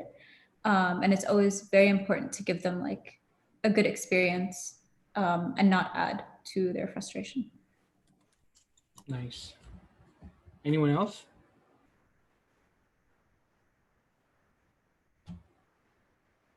Okay, so to be honest, the person who really nailed this was Omni.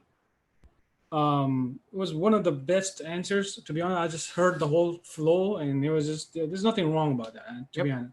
So she talked about customer service, she talked about passion, and then immediately she backed it up with, I do a lot of labs. None of you have said anything like, I do specific labs or anything like that. Look, why are you the best person? What sets you apart? You want to push something more than just basic. I know I know the frustration level. I know the customer service level. These are something that's generic, and everybody will be talking about it. But what do you have to back it up quickly, rather than going to a specific story about yourself? This is not a story. This is just like you're telling, I know this, I'm doing this. And I'm specifically, now you're hitting some IT stuff to them that, okay, after the generic stuff, I'm going to give you an example. So maybe you could have added something more like Omni that and she did actually, sorry, she did. She talked about CCNA and Cisco stuff. So she did, sorry. Yep. I was mixing two things. Yep. Then after that, y'all also did a good answer, but y'all could have made it, what my comment was that he made another story into it, right? So maybe too many stories, yeah, right? Like one story is good enough, but if you're going to add every single question a story upon stories, then it becomes more of a like, okay, now I'm not getting too much over here, right? So your answer after the story becomes pretty good. You say this one term that WP also picked up, that you say something about pushed yourself to the limit, right? And we want to hear terms like that. I'm going to push myself to the limit, and that's where I'm looking for that passion. So I'm seeing some drive, I'm seeing some passion inside you, some positive energy also from when you answer these questions. So Sebastian, Sandra, you guys were too short. Like Sandra was extremely short. Few lines, boom, done. Like nothing special in that. So Sandra, you definitely need to work on your answer. Sebastian, again, you need to work on the flow again. You gotta make sure that you bring these comments to more sense out of it. Like you're basically throwing terms out there, but you're not combining the whole. No, but he has no experience, so it's good Yeah, practice. I have no. It's a good answer. Even if you don't have experience, Still good answer. you still have to make sure your flow is better, right? Yeah, I know. So the flow represents your confidence. Of That course. makes sense? Yeah, my confidence is not high right now. If you go I back can to tell. Omni's answer, the confidence levels were like this, like she was like flow, right? I need to chill down a bit.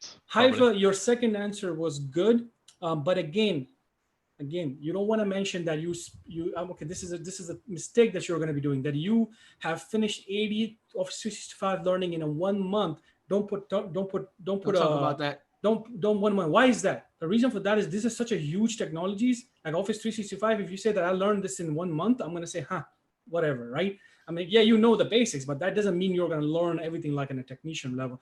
So don't put a number out there. Say short. They'll start asking you questions about it too. So, and if they do ask you, then maybe you can say 3 to 4 months. That's fine. 3 to 4 months is a very good time for someone to know everything basics, right? So maybe just say that rather than saying 1 month, right? Maybe 3, 4 is fine. But first, don't even use a number. Short is the best answer. If they counter that back on the question, they counter it and they ask you, okay, what do you mean by short?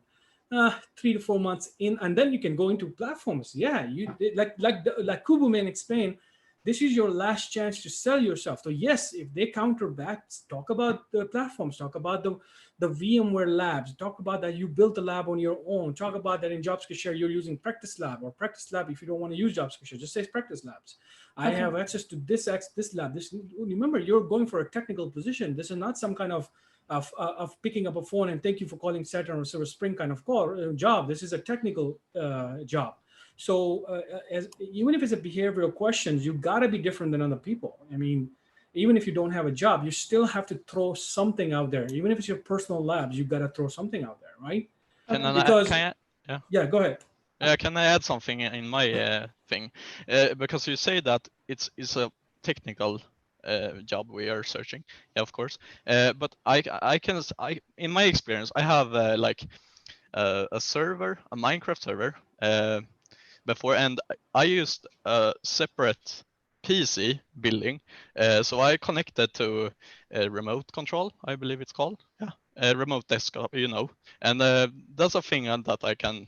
Is that a thing I can go around with, because I don't have work experience like the other guys? You have to build upon that. Basically, your answer has to be then I basically created my own personal lab by using VirtualBox or by using vSphere. Remember, every term has its own value in front of an IT professional.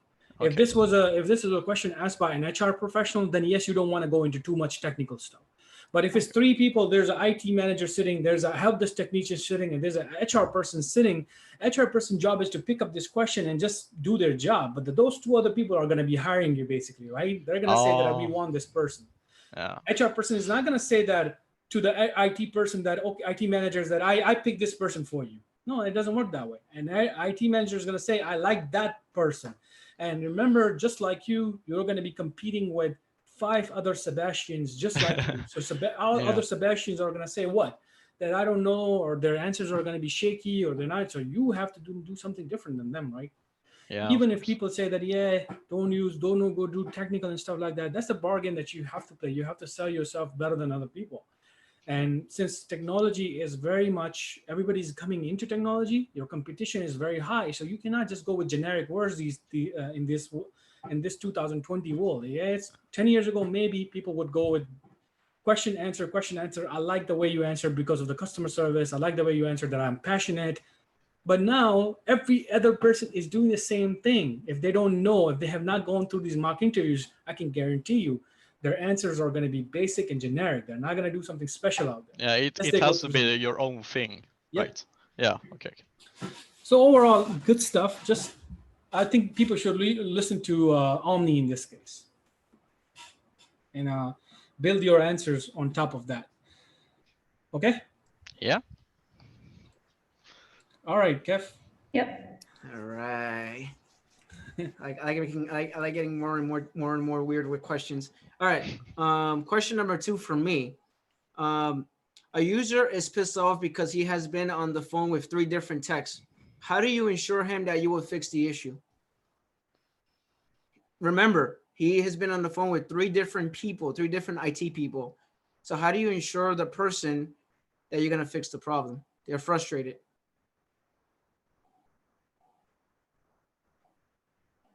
Anyone? It's a customer service question.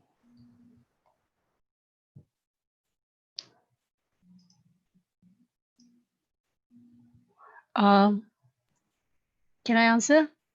Yeah, go ahead. And we'll go around. Okay. I will apologize to the customer, to the end user first, and then I will give assurance that I will fix his issue. If I cannot, then I will escalate the ticket to the next level and follow up the ticket and keep her in the loop also.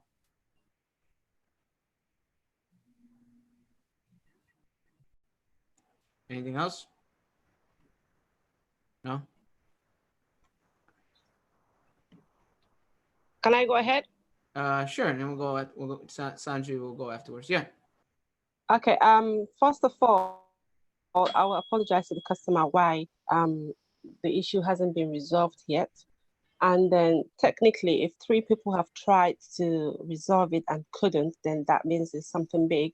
So I will say to the customer that this is an issue that seems more difficult than us as an individual. So we'll take extra effort to have a meeting just to find a better way to resolve it. It's not something that will be done there and there. So I will assure the customer that we need more time to prevent any form of disappointment. So after that, then I will go ahead to maybe reach out to my manager or the next person I'm reporting to, have a conversation on how best to resolve this issue, because I don't want to promise and fail the customer. That's the way I'll go about it.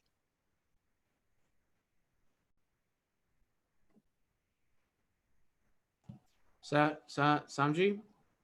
No, I think they pretty much covered it, so I don't want to repeat. Do you want to answer it? I was gonna only add, I would ask more questions to the customer and try to figure out what exactly the problem is. Then from there, just apologize, give the customer assurance that this problem will be fixed and, follow up. Yeah. Okay. Sebastian? I will apologize and work with why it didn't work with the 3 guys before. Surely it's a big thing, but I want to, because they will come to me and I'm going to work with it so much that I can before I just say I apologize so much, but this is not my experience, and I will take help from a higher level. IT. Then yeah, that's probably it.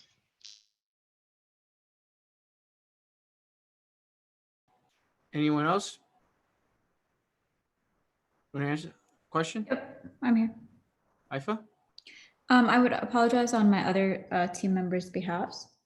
And then I would assure them that if I am unable to fix it, I will escalate it, but I would also track it just to make sure that it does get fixed. And of course that I would do everything that I can to fix it myself. And if I cannot, then I would escalate it and so on. Y'all? If the customer is angry, I'll just make him calm down. Because if he doesn't calm down, he'll never tell you what's wrong with him. I'll make him calm down and ask him the problem. And previously, my colleagues have tried attempting to fix it and they weren't able to fix it. It was a very huge issue. So I'll make him calm down, try my best to solve it. And if I'm unable, I'll schedule another time with him and ask for help within my source or the internet and go back and try and help him, because by that time he will have calmed down.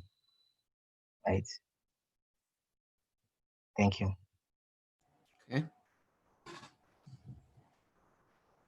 That was anyone else? Anyone else want to answer that question? No one else? Seems like no one else wants to answer it over here. Okay. All right. Most of the answers are really good, actually. Yeah. So obviously, if you're dealing with an angry customer, you want to have empathy for the customer, and also you want to follow up with the user or the client. And if you cannot resolve it, then obviously you would have to escalate it to your manager or management, because it's been actually an issue that you've been having for, multiple times with 3 different people. So at that point, you might not be able to resolve it. You might have to escalate it to management. So, and everyone gave good answers. For the most part, everyone gave good answers. I mean, not 100%, but good answers. Obviously, you didn't have empathy for the client. So, Danish, you want to say something? I'll give you guys an example of what recently happened. So I lost the connection. Remember, you guys, the Verizon, right? So Verizon has a process. So you call, they pick up, level 1 takes up the call, ask you the same questions that you're having issues. So I call that I'm calling for the 3rd time, right? So here's the thing: how a professional deals with this stuff. First of all, if a user is calling you for the 3rd time, right, for this specific issue, first of all, it depends on how are they calling. Are they emailing? So you got time to look for that specific issue, meaning you have some history. So you're already prepared. So this is more of a tip to you guys, that prepare yourself, because you now have some background knowledge about that ticket, that a customer may say, I'm calling in 5 minutes, or can somebody call me? I need to know why this happened the 3rd time. Somebody's worked, 3 people worked on it, it's not getting fixed. So you need to build that confidence in yourself first. If you're a newbie, of course, you're going to get hit with some more aggressive tone from a customer. So prepare yourself mentally that you're going up against a person who's already pissed. So good answer is, all of you just said that I'm just going to apologize. In that term, like, you're just basically picking up, I understand the issue. You're a calming person down. And that's how a normal conversation should start with anybody who's aggressive, right? In your career. But how these technical people took care of me is like this. They said immediately, oh, I see a ticket about you. So they apologize. I'm so sorry this is happening to you. This is something that we take seriously, because, if it's 3rd time, then I think it should really be taken care of. You're already admitting to a person that there's an issue. We admit that, right? You don't want to go again say, okay, I think this is your issue, or I think this is an issue somewhere. Don't give anything that's going to piss them even more off, right? Because I may say, oh, this is not my house issue, guys. I'm a sysadmin. I'm a technical person. Bring your engineer. I can prove it to them. My routers are working. But the guy didn't do that. The guy was like, oh, I understand. This is, extremely something that I would be pissed off to if it happens to me. So the person is taking blame, calming me down, calm the hell out of me. Then they say immediately, you don't need to do anything. This time, don't do anything. I'm gonna send a tier 2 technician from Verizon. They're using terms. Even they may understand. I may have no clue what tier 2 means, just to make it sound like there's a next level engineer coming to your house. So they even calm me more down. Why? Because now I feel like this got escalated to a better level than before. So I'm not going through circles again. So my anger is gone right there, right? The person says, You don't need to do anything. When they call you, make sure that you give this reference. It's going to be a tier 2 technician coming to your house, and they have to fix the fiber optic cable, and we will do it. You don't need to do anything.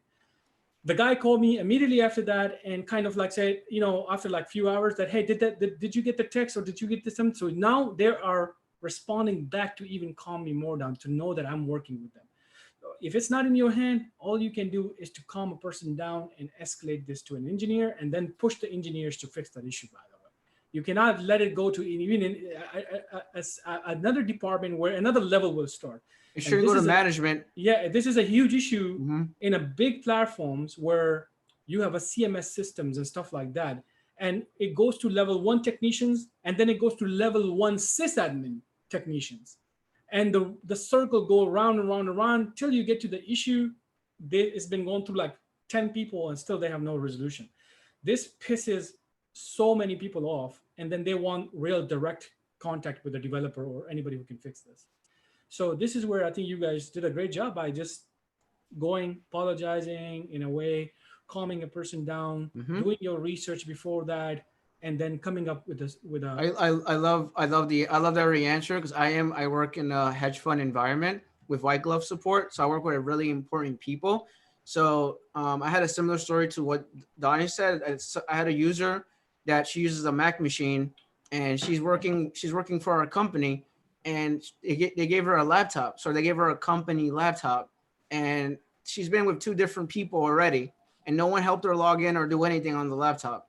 So then like the manager, the CTO of the company, the chief technology officer, like the head of IT infrastructure, he gave me the laptop, and he told me about it, and he's like, send that to her. Can you work with her? Because no one's been able to do anything. So I'm like, okay. So how many times has anyone worked with her? He's like, oh, it's been 2 different people. We don't do anything for her. I'm like, okay, so you want me to help her? Yeah. So then I helped her log in. I created her bookmarks. I created her shortcuts. I opened her Outlook. I set up her phone. I set up her VPN. I set everything up for her. And I spent 3 hours with her, literally 3 hours with her. Yes, this was yesterday, by the way. I spent 3 hours with her, and I ensured her that I'm going to fix the problem, and I'm going to help her log in, and I'm going to set everything up for her.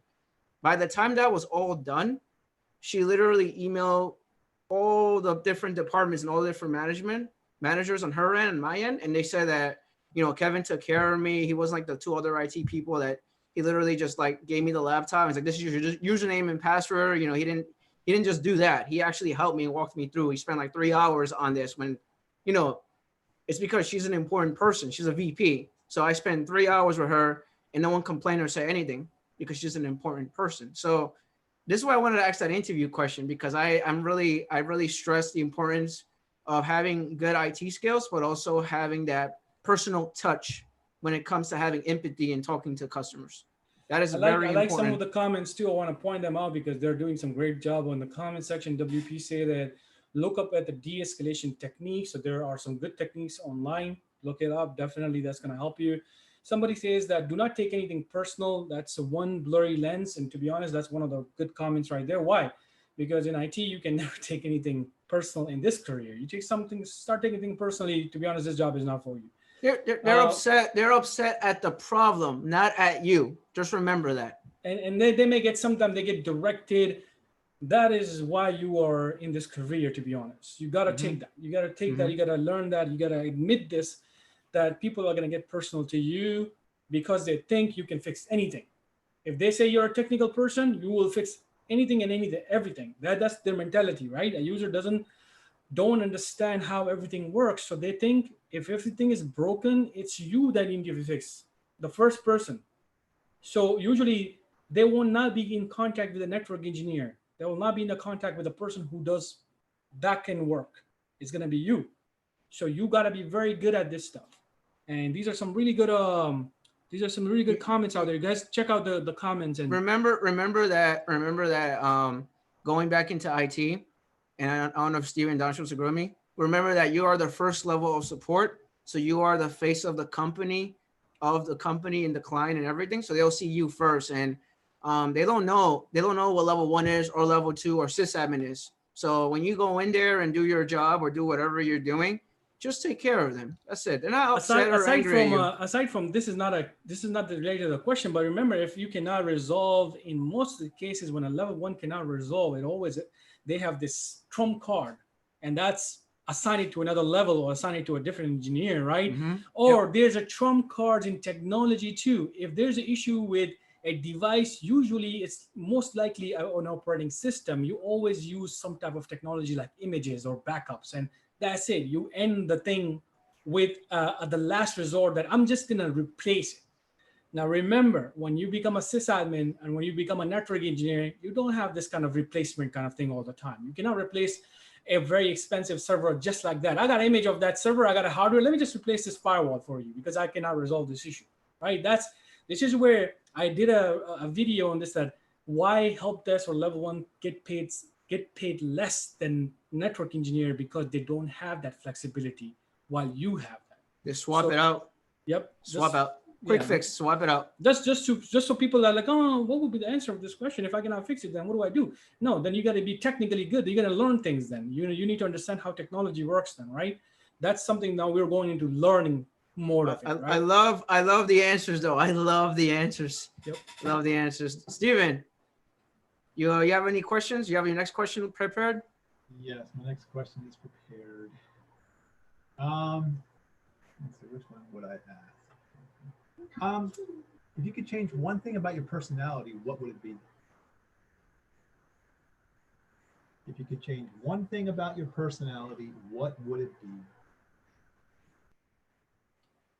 Personality question. All right, guys, who wants to go?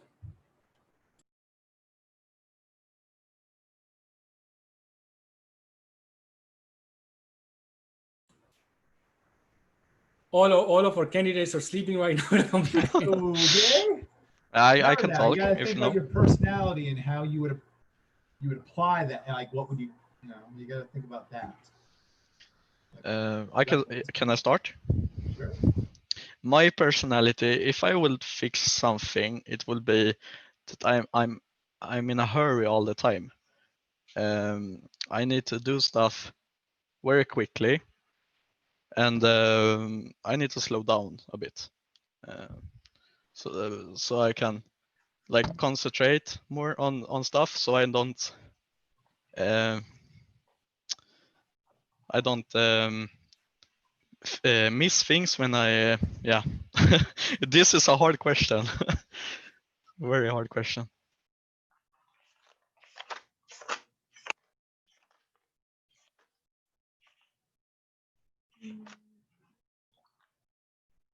Shall I go? Haifa? Okay. I would change that I am a perfectionist. I tend to get stuck on specific tasks. So if a user is having an issue with a problem, I'll make sure that I might get stuck on it and try to fix it before I escalate it. So I might spend too much time on that specific issue.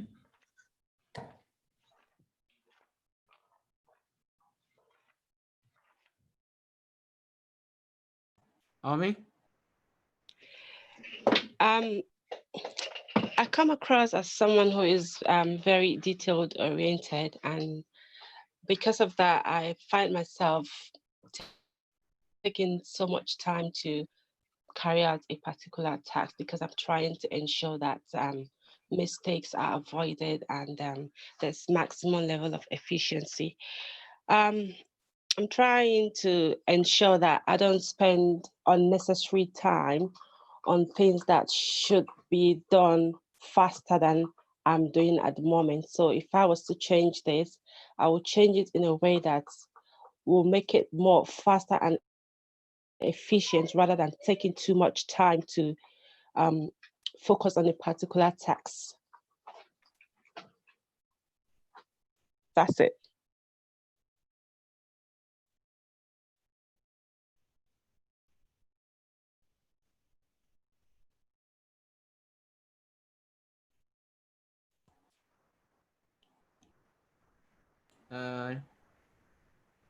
Anyone else?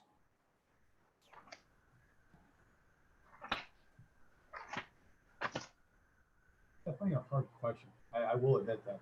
It is a very Yeah, that's a hard you question. got to really turn on yourself. But they ask these questions, and you know you got to like really like okay.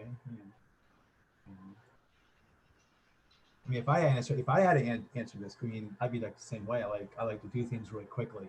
Like if I get a ticket, I want it resolved in like 10 minutes. That's just me though. I like to get things done so I can move on to something else.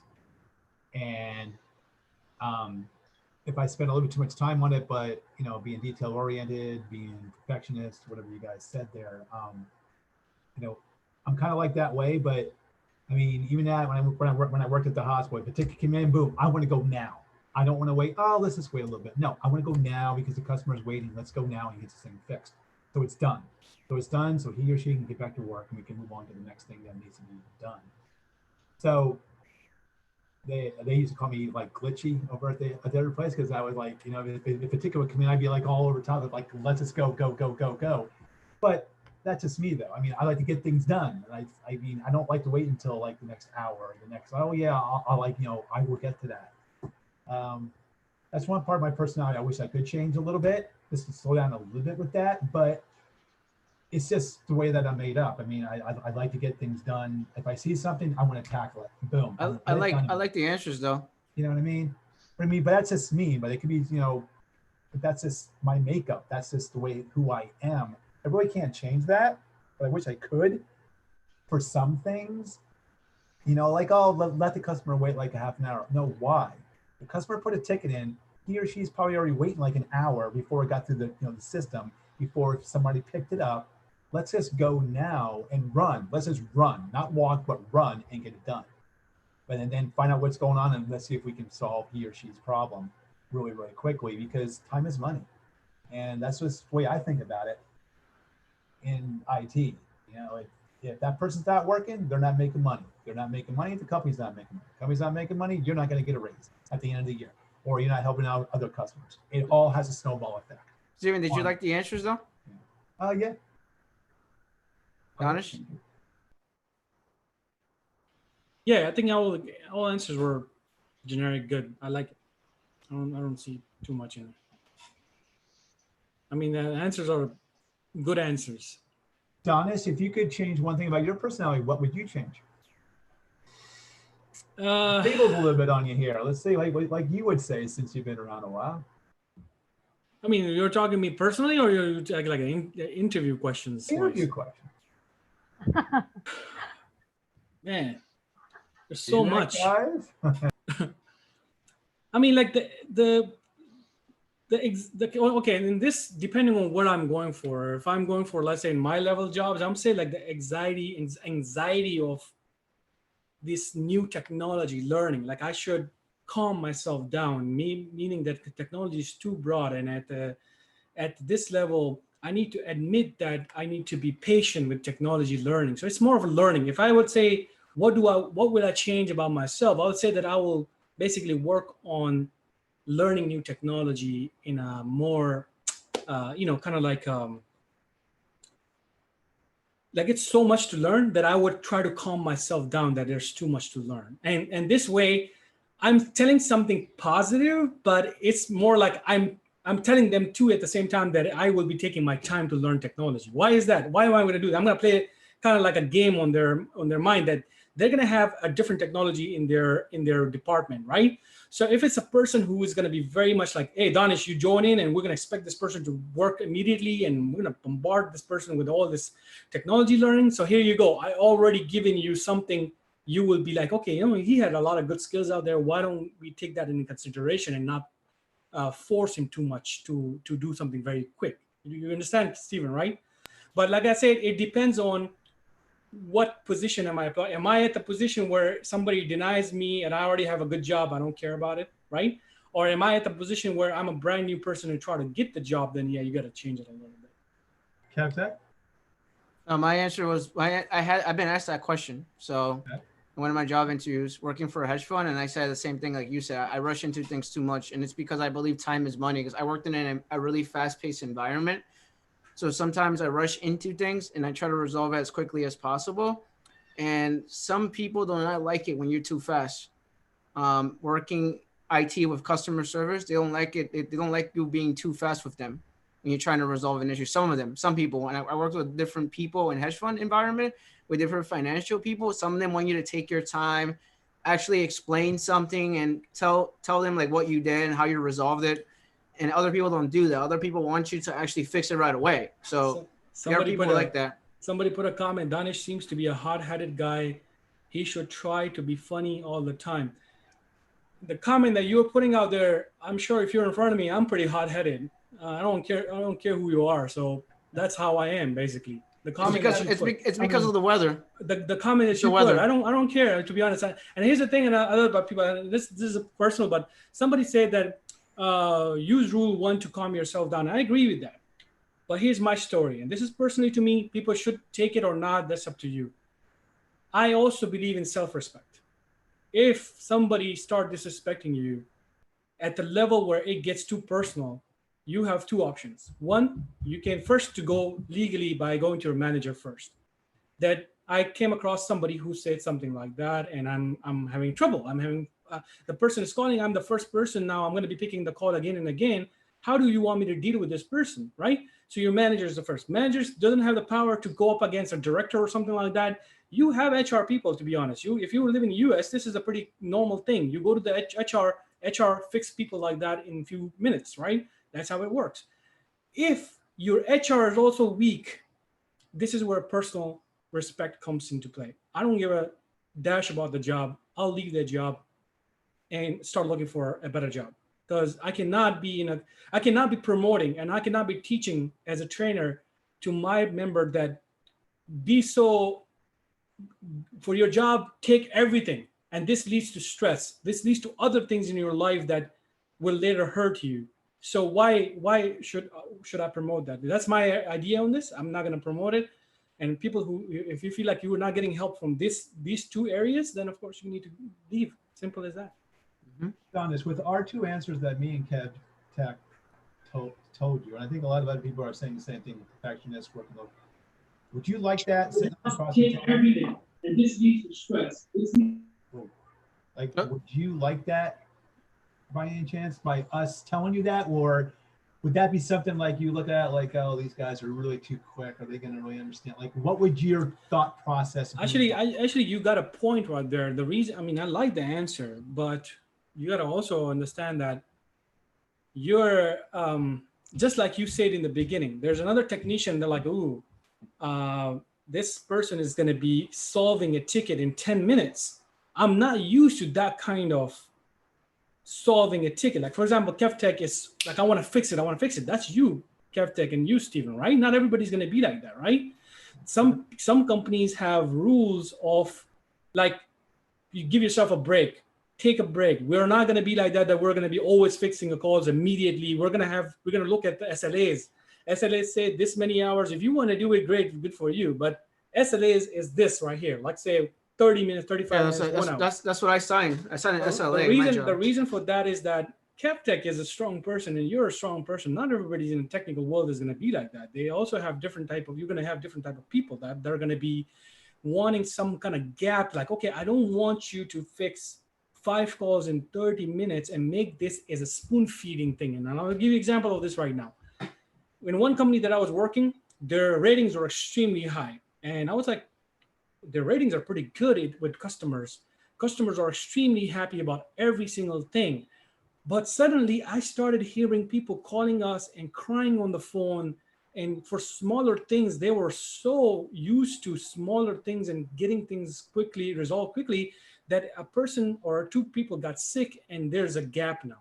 You see? So if one person got sick now, a person who's fixing a calls, let's say so many calls immediately, now you have all the burden on that next person. That would be an issue for me, because if I have a person that is very strong on this area and then they promote that, I'm going to fix everything like that, maybe I'll calm you down as a manager or a director. That maybe let's do a more, let's say if there's 50 tickets, we should divide those tickets. And if you want to solve things, solve your tickets immediately, but don't worry about the rest of the stuff, because now you're pressuring yourself.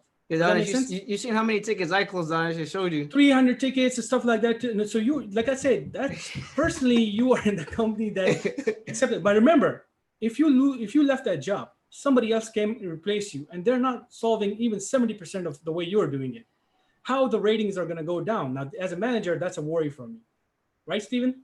Because as a manager, I looked at the metrics. I don't look at what Kevtech is going to be doing, right? Are we doing it wrong? But like I said, opinions. If you ask my opinions, then if you're in a big group of interview where the 3 technical people are sitting out there, now you have alarmed few opinions out there, right? So Steven, I answered that question the way you answered it, with me being fast and stuff like that, and I got the job. So, and then there you go. Like That's a different. So, like I said, what if there are 2 people like you, Steven? There are 2 people sitting like you, like, we got the same problem. No problem. Welcome to our world, right? And take it at more of like a joke. Or how long do you let a ticket sit before you actually attack it? Okay, so if it's an urgent ticket, it got to be resolved immediately. Meaning, if depending on like what kind of urgency it is. Let's say a floor is down with a switch, everybody's down. That's immediate call. You need to react to it. Okay, if somebody says that I am, out of 5 people, 1 person is having some critical issue, but you are also on another critical issue, this critical person can wait a little bit. Why? Because it's just 1 person. Does that make sense? But this is where companies put SLAs and put rules out there that because of this issue, because of this nature of issue, we're going to respond like that. Especially MSPs does that, because MSP have many companies. They're not going to just pick up the call and, okay, yeah, you're down, Stephen company is down, so I'm just going to leave everything and jump on your call right now. If it's a small MSP, because MSPs are big, they will assign you another person immediately if it's something big like that, right? Yeah, but Don, it should depend. Like you said, it depends on the company too. Like for me, I work in a hedge fund environment, and I work with all the important people. So obviously, it's not gonna. I'm not gonna spend 40 minutes on 1 person.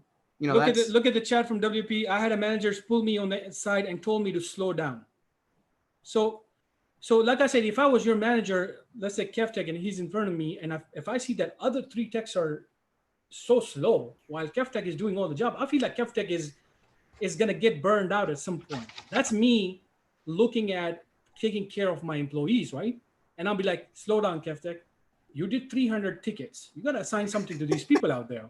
Why do we have that? Now, if you have that kind of culture, so what will happen? If you get sick, the other 3 people were not prepared like you, and they will not be able to fix things like Kevtech or Steven. So now I got a bigger issues to handle rather than me just dealing with 1 or 2 people. I got a bigger issue right here, because I cannot go after my 3 people and tell them that you guys gotta be like Steven now. Does that make sense? Because in reality, it's not like that. It's not like that. If you get a ticket and it doesn't matter what kind of ticket it is, you're gonna have to solve it in 10 minutes. If it tickets it can wait, it'll have to wait. I gotta make sure I'm okay mentally. My people are mentally okay, and then you go after that ticket and resolve it in a most professional manner. Then that's it. That's what I care about. So I call this more like you train your employees, you spoon feed them so much that even if you get sick one day and you feel like you cannot answer the call in 10 minutes, you will start feeling bad about yourself, because now a customer is waiting. They don't care too much what kind of sickness you have right now, right? They were so used to you spoon feeding them that they rely on that level of service. So that would be a little problem for me from a management perspective. Yeah, that happened to me. They're like, Kevin, are you going on vacation? Yeah. When are you going on vacation? X, Y, and Z. And I tell people in my office or I work, I'm going on vacation. Okay, so we're not going to email help desk then. We'll just wait till you come back, Kevin. Yeah.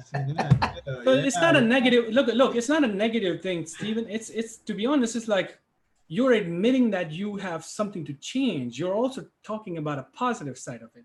But at the same time, you're putting in my mind that you're pretty good with tickets. Hey, I might like you, right? Yeah. I stepped away for 1 second. Danish, just say if you did answer this or not, and if not, maybe you can tackle it. I know that you addressed the people who answered too fast.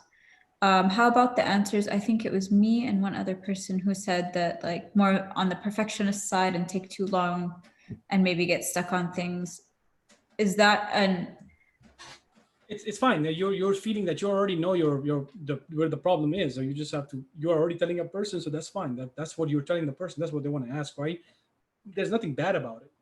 It's just that Would you avoid that answer as well, though? Just I like you would wouldn't avoid avoid it if the. that's something you feel about it. No, I wouldn't avoid it at all. I wouldn't even avoid what Steven said. There's nothing wrong with that. Okay. So, Danish, your turn. Okay, so usually when a company asks this question, they may say that, oh, we use a lot of technologies and we have to make sure that our technical people are up to the skills. So what do you do to keep yourself current in technologies? What do you do? Where do you go to learn things and stuff like that? People usually ask this question. Haifa, go ahead. I'm a part of a lot of different communities. Like I mentioned before, I am a part of Spiceworks. I am a part of a Discord group that has many professionals, and we talk about a lot of different technical issues and tickets. I also am a part of a few women in tech forums. On my free time, I really like to read about different technical issues. Like this week, I came across an article that spoke about Windows 10 having issues with its update for some of the updated computers were shutting down or would give a user the error that it's going to shut down within a minute. And they're still working on fixing that problem. But yeah, so I look into the news. I have all of these forums and this Discord group, and that's where I get my. Omni? By nature, I actually love learning new things because it helps me improve myself. So on LinkedIn, I'm following a platform called like the Microsoft, Google, and then some Cisco community. So they tend to update new technologies there, and I follow to read and update myself. I'm also making some research myself, like latest technologies on Google, just to find out if anything new comes up. There, I also try to read up, learn the new technologies, and also make sure that I'm up to date with my skills. And that's it. Who else want to go ahead for this one? I can go. Go ahead. So I'm kind of updated of the hardware and stuff.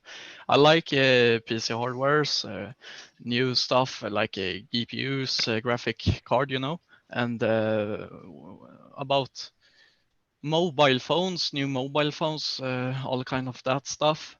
I like the new stuff because as myself, I have pretty up-to-date stuff in my PC right now.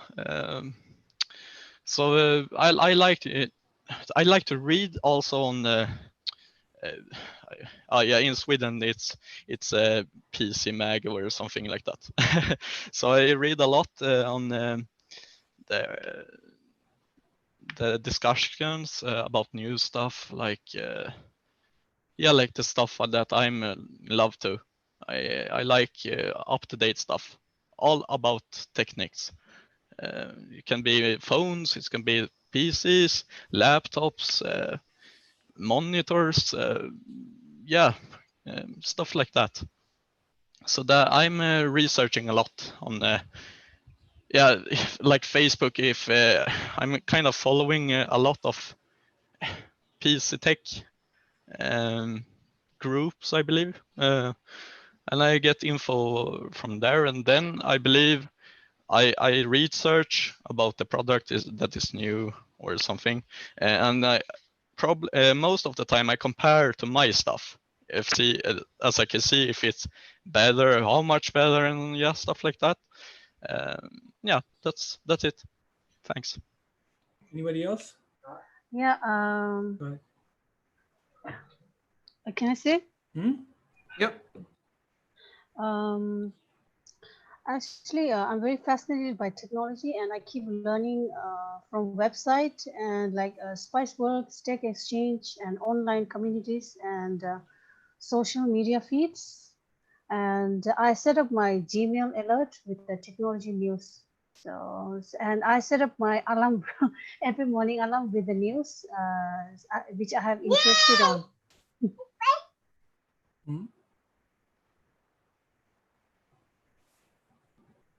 Yeah, that's it. Thank you. All right, go ahead, yeah. Technology keeps on evolving day in and day out. So I try as much as possible to keep myself updated. For example, last month, Microsoft updated the Windows 10 to version 2004. And I didn't know, but I updated my system. So it crashed. And later it came back on. So I checked on Microsoft forums to see the issue. And people were saying the SSD defragmentation and all those stuff. So I had to go and disable it. So if you don't keep yourself updated in this business of ours, you are lost. Because day in and day out, new things are coming. So that's how I keep myself going. All right. Who else? Sebastian, you have a hand raise. You want to go in?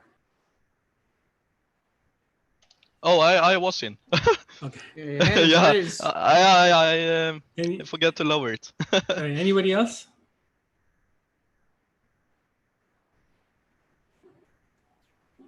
So the answers are all good. I like good answers. Good answers. I like Haifa's answer. She did use community names out there. This is your chance again to sell yourself, by the way, and to kind of like put some terms out there, some community terms out there. But you guys can add some courses in there too, or some certification. And I have actually started learning about A+ certification, or I'm kind of like anticipating from this website or that. So they know that, okay, you're also kind of like going towards something a lot of people do. This is a normal thing in IT. People go for certain certification. They don't have to complete it or anything. You can say that I started this learning on my own about A+ certification, because I think it's going to really help me with my career and with my job. And then because of the career development or skills learning, remember, use these terms with it when you use the communities like that. When you say that, because real world skills are not available in certifications or normal college learning. So I joined the communities like Spiceworks or JobSkillShare, and we use hands-on labs to do Active Directory stuff. So now you're dropping bombs again with those terms again. So now it's impressing me again, right? Don't go into too many stories out there. Just this is generic question. Generically, you need to bring them back into technology and what makes sense to that job, the specific job that you're going for. Especially you guys are going for level 1 position. So they're going to need to know about level 1 stuff like Active Directory, Office 365, troubleshooting. I like your example. If it doesn't go too big, just an example of how I went to the forum to find out. That tells me that you are self kind of like, you can be left alone and you can figure out things on your own. That also, I'm going to take note about you, right? I'm like, oh, okay, he did something that he can do it himself, right? That's what I'm looking for. So I'll take that as a positive. So maybe you guys should make it a little bit more term positive. Add some Active Directory, add some courses in there, add some certification. Keep it short, but still virtual machines, practice virtual labs. machines. There you go. That's gonna be my recommendation. Practice lab. What happened to the practice lab and gaining hands-on experience? Danish mentioned it. That's my guy. Yeah, so that's WP is basically that's exactly what I mentioned. Yeah, if you're going to be using labs like VirtualBox, practice labs, anything, then maybe throw it out there. Why? Because that is what the question is asking. How do you learn? How do you keep yourself, up to date? So you kind of use these platforms that are well known in the market, and people know this stuff. Yeah, right? I know. I'm a member of Spiceworks, and in my spare time, I have a virtual lab, or I have Server 2016 installed with Active Directory, and I practice adding computers to a domain. in removing computers from a domain. I also create user accounts and change passwords and practice this in my lab environment. And that's how I stay up to date. Something like that, you know. I was saying that you and Danish are on the same wavelength. Me and WP went to the same kung fu school, so we know the same Tai Chi and you guys need to you guys need to give me the address to that school. I need to go join. I was gonna say two things. I was gonna ask a question, and then there was a question in the chat that was really, really interesting. But my question is, if something big was happening in the IT world, let's say, like, I don't know, like somebody huge got hacked, would you use that in the interview question, like in the answer, that, like, if that happened within like the past 2 weeks of, like, would you use things like let's say, Microsoft got hacked by whatever, right? Would you use that in your interview question just to show people that you're up to date? No, I don't think. Okay, no. so you wouldn't, like, okay. And then the other thing unless is, you're going for a security position, yes, security people need to know this stuff if they're going to be becoming my system. And we actually asked this question from a systems administrator, who not security administrator. We will ask them, what was the last top 10 hacked that happened in the market? They need to know that, because of that, they need to make a defense for the companies, and they need to know that. Okay. And then I don't know if I'm saying this wrong, but I think it's Nooti, Nootii, said there's an appliance question apparently that people ask on interviews, and it is, what kitchen appliance would you be, or what animal would you be? I don't know if any of you got that question. I hate this type of question. Yes, I've been asked that question. I would be like, if somebody asked me this question, nobody did actually. One time that somebody did that and I failed that interview. Somebody said that if you go to McDonald's, what sandwich would you order? I'm like, I want to slap you with it. I mean, seriously, like, what the hell is that? So let me tell you. Let me tell you how bad this question is.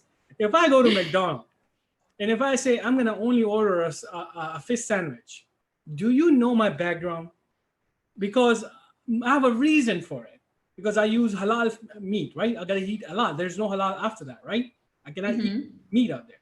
So now I have to tell the person that I first of all, my answer is only limited. Second, you didn't know about my background. Then I say, if I tell you that I only eat halal, there you go. Now you're opinionated about me, that you're a Muslim, like you are this or that, bias, or you have a problem right there. So I hate these type of questions. I don't know answer for that. You only like fish, so you're a vegetarian? Interesting. One blurry lens said that he would be a toaster, works for a while, then gets burnt out. Good, I like that one. Good, I like that one. Okay. All right, Steve. Yep. You're up. There we go. Batter up. What makes you unique?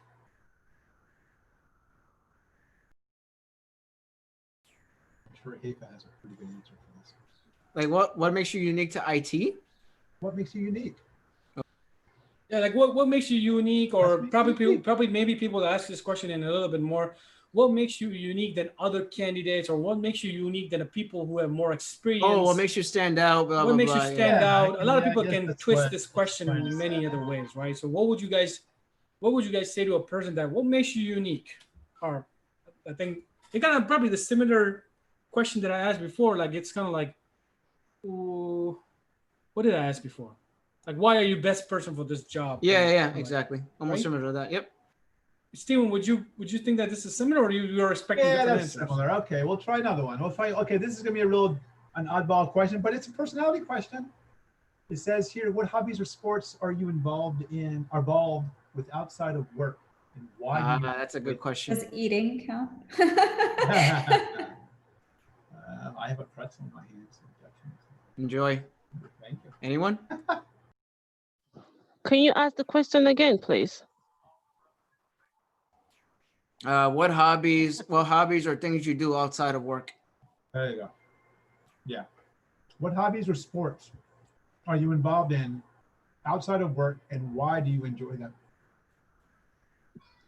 Can I go for it? Yeah. Okay. I love running, so I exercise every evening just to keep fit, because it makes my brain refresh to new things. It also keeps me energetic. And secondly, I love shopping because I meet people there, talk to them, and kind of have fun. So those are the two basic things I normally do at my spare time: running and shopping.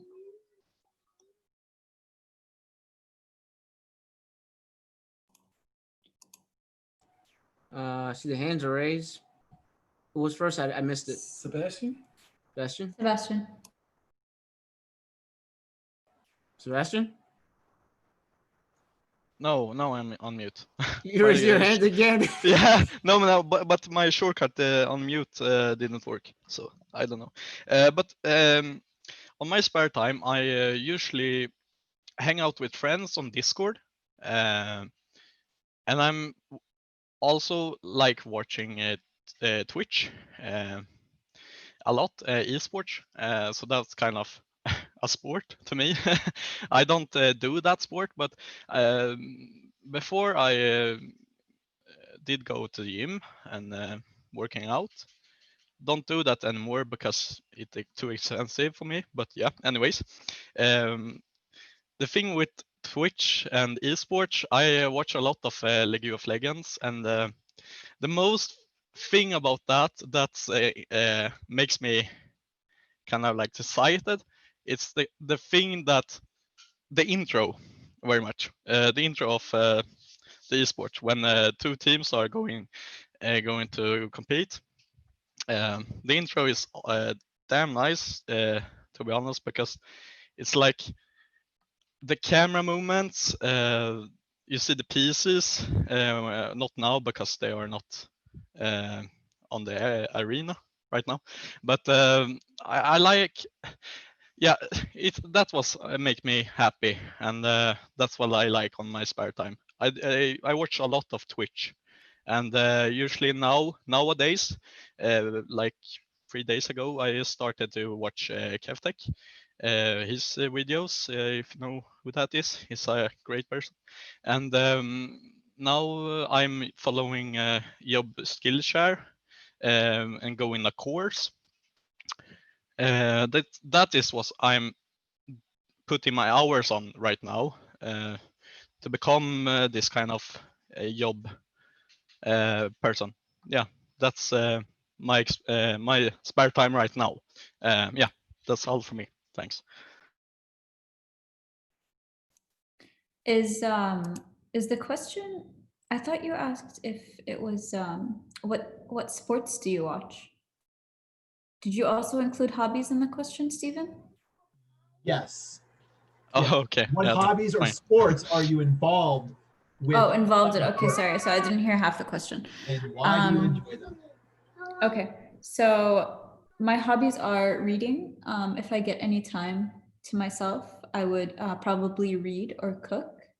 I enjoy also playing with my dog and walking him. That's probably the most exercise that I get. And that's it.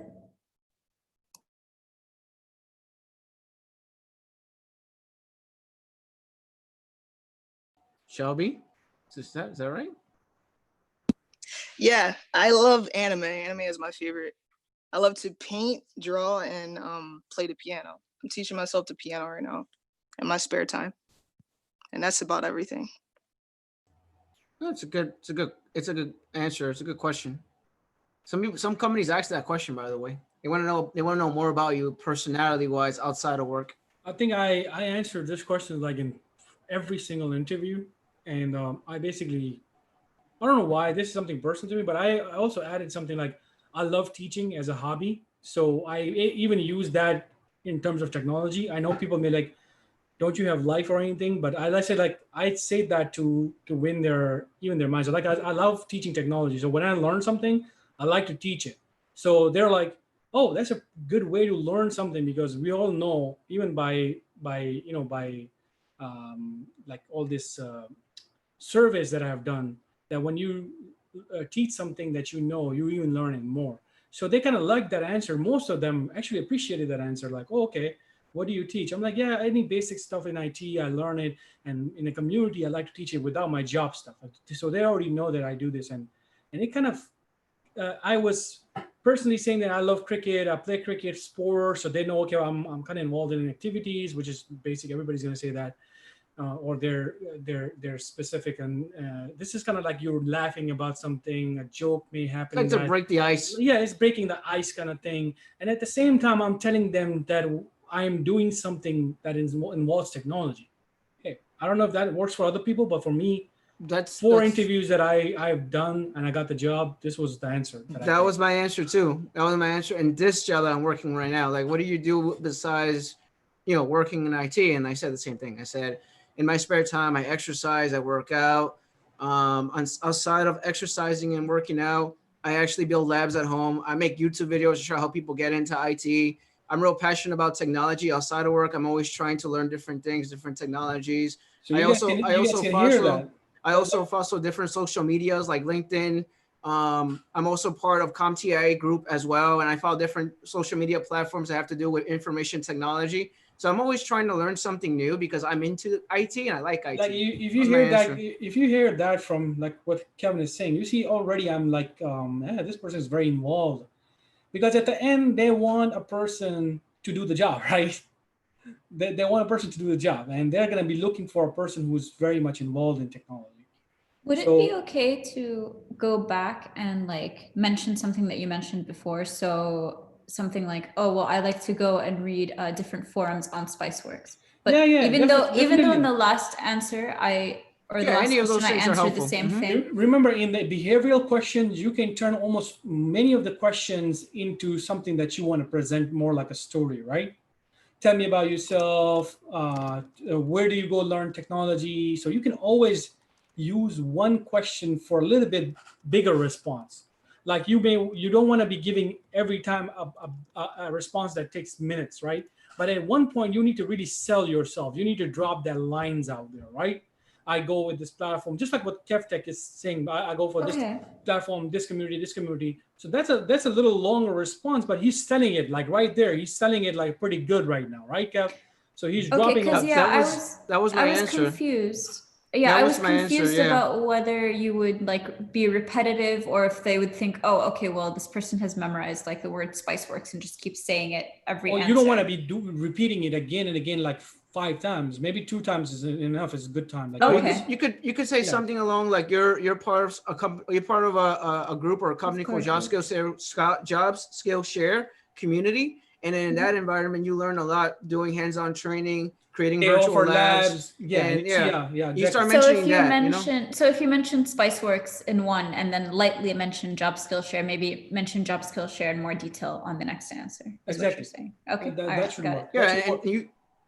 You have no experience, so you could mention all these other platforms or applications or software. You could just throw it in there since you're actually doing it anyway. So you could just throw it in there. So, does that make sense? Yes, a lot of sense. Thank you. Yeah, because that's what I did. So I did, like I said, I on top of me working in my job, I spend time building my own labs. I teach people get into IT. I also follow social media on LinkedIn. I also follow CompTIA. I follow Cisco as well with CCNA, and I also and I start mentioning all these different platforms, and that was my current job right now. I was like, and they looked at me and they're like, oh wow, this guy really like wants to get this job, but he knows that like besides doing IT in work, he stays up to date by doing all these other things outside of work. This is a very interesting person. It's very unique in answer to give an answer like that. Like I said, sometimes the interviews are not like robotic or not by the rule that everybody's holding a paper and they're going to go by it. They may even like you so much that this conversation becomes like a full-time 20 minutes interview just because of that conversation. Like, tell me about this, and you're like talking about Spiceworks or Jobs Skillshare or maybe your own courses or blah blah blah. It may even turn into a whole conversation between. And they might like you. They might literally grab the paper and just throw it away. Like, you know what? Tell me more about that. And they start sitting down talking to you. It happened to me so many times. People, if you can start selling yourself in the beginning and you start with some positive note, with some kind of something like positive energy, to be honest, a lot of people don't want to ask these boring questions.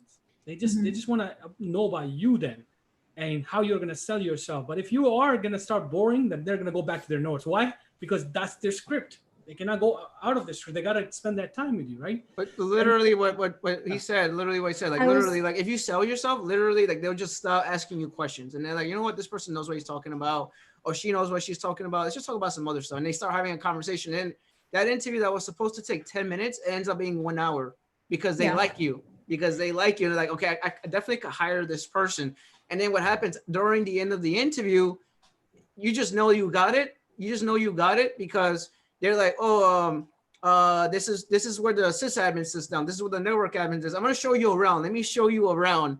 And they're like, what? And Let me show you around. You guys also have to remember these days, even there are jobs that they will send you predefined questions. So you got to do well in those questions too. Like it cannot be just boring answers, right? So if they don't see you, there's no joke to be made with a live person or something like that.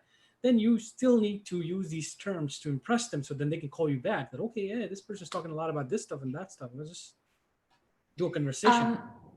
Since like the rest of us, other than Kevtech, Danish, Steven, and Kobu Man, everyone else doesn't, I don't think anyone else has a YouTube channel doing this. Maybe we can also mention that every Saturday we are in discussions with IT professionals, like make it like, not like a club thing, but you know what I mean? Like a regular Saturday, it's like, oh, well, I like to read, I like to cook. Oh, and every Saturday I'm part of a discussion, you can always group, use an this IT. as a platform that on YouTube, we have different professionals that have a lot of experience, and we have a different learning over there. We get together. Yes, that's a part that you could say we get together on the weekends on Saturday with using a social platform like YouTube with different IT professionals, and we learn about different technologies or something like that. You know, just make yourself stand out. We do different tickets. We do a lot of different things. Yeah. You can mention all that. Yeah, you can mention. They're not gonna look at you like you're crazy. You can mention all that. Yeah. You can also say, hey, Kobu Man wants to join the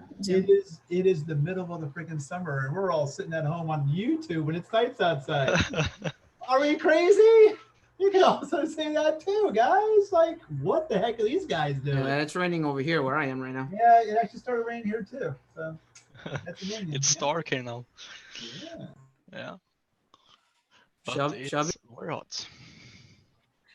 Yeah, I just got into IT like 2 weeks ago, and I just went full force into it. I'm studying for my A+ certification, but the thing, I came from nursing into IT, and I got interviews already. But the thing about it is, when I interview, I've already interviewed once, and I didn't do too well because I felt like imposter syndrome.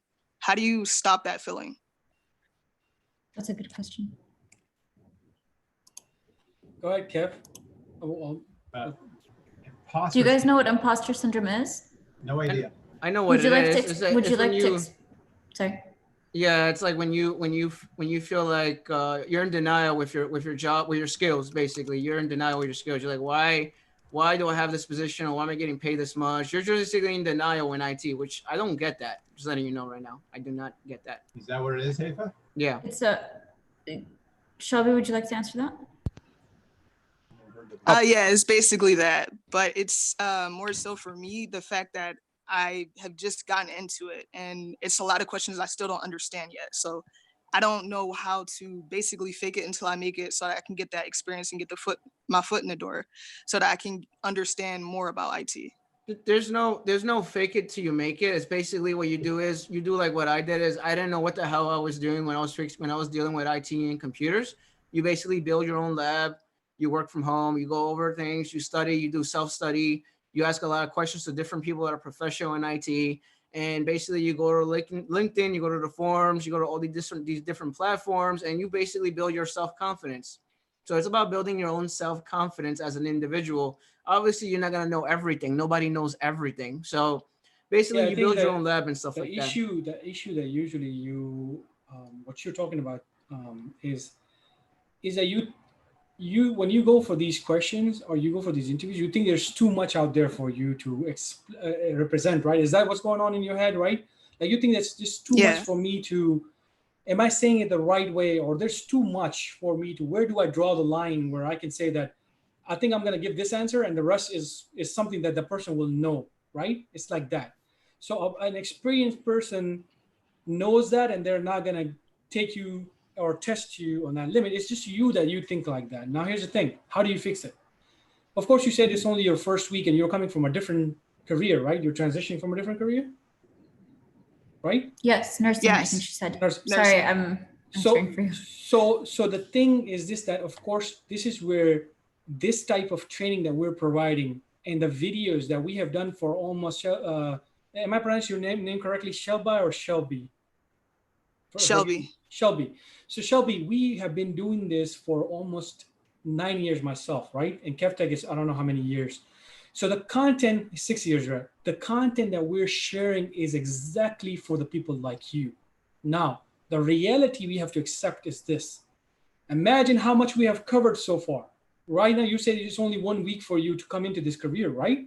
So imagine what we have covered so far. So the thing for you is going to be taking that time and actually learning it gradually and slowly. So for you, it's your confidence building right now and just learning what you hear and taking notes for it.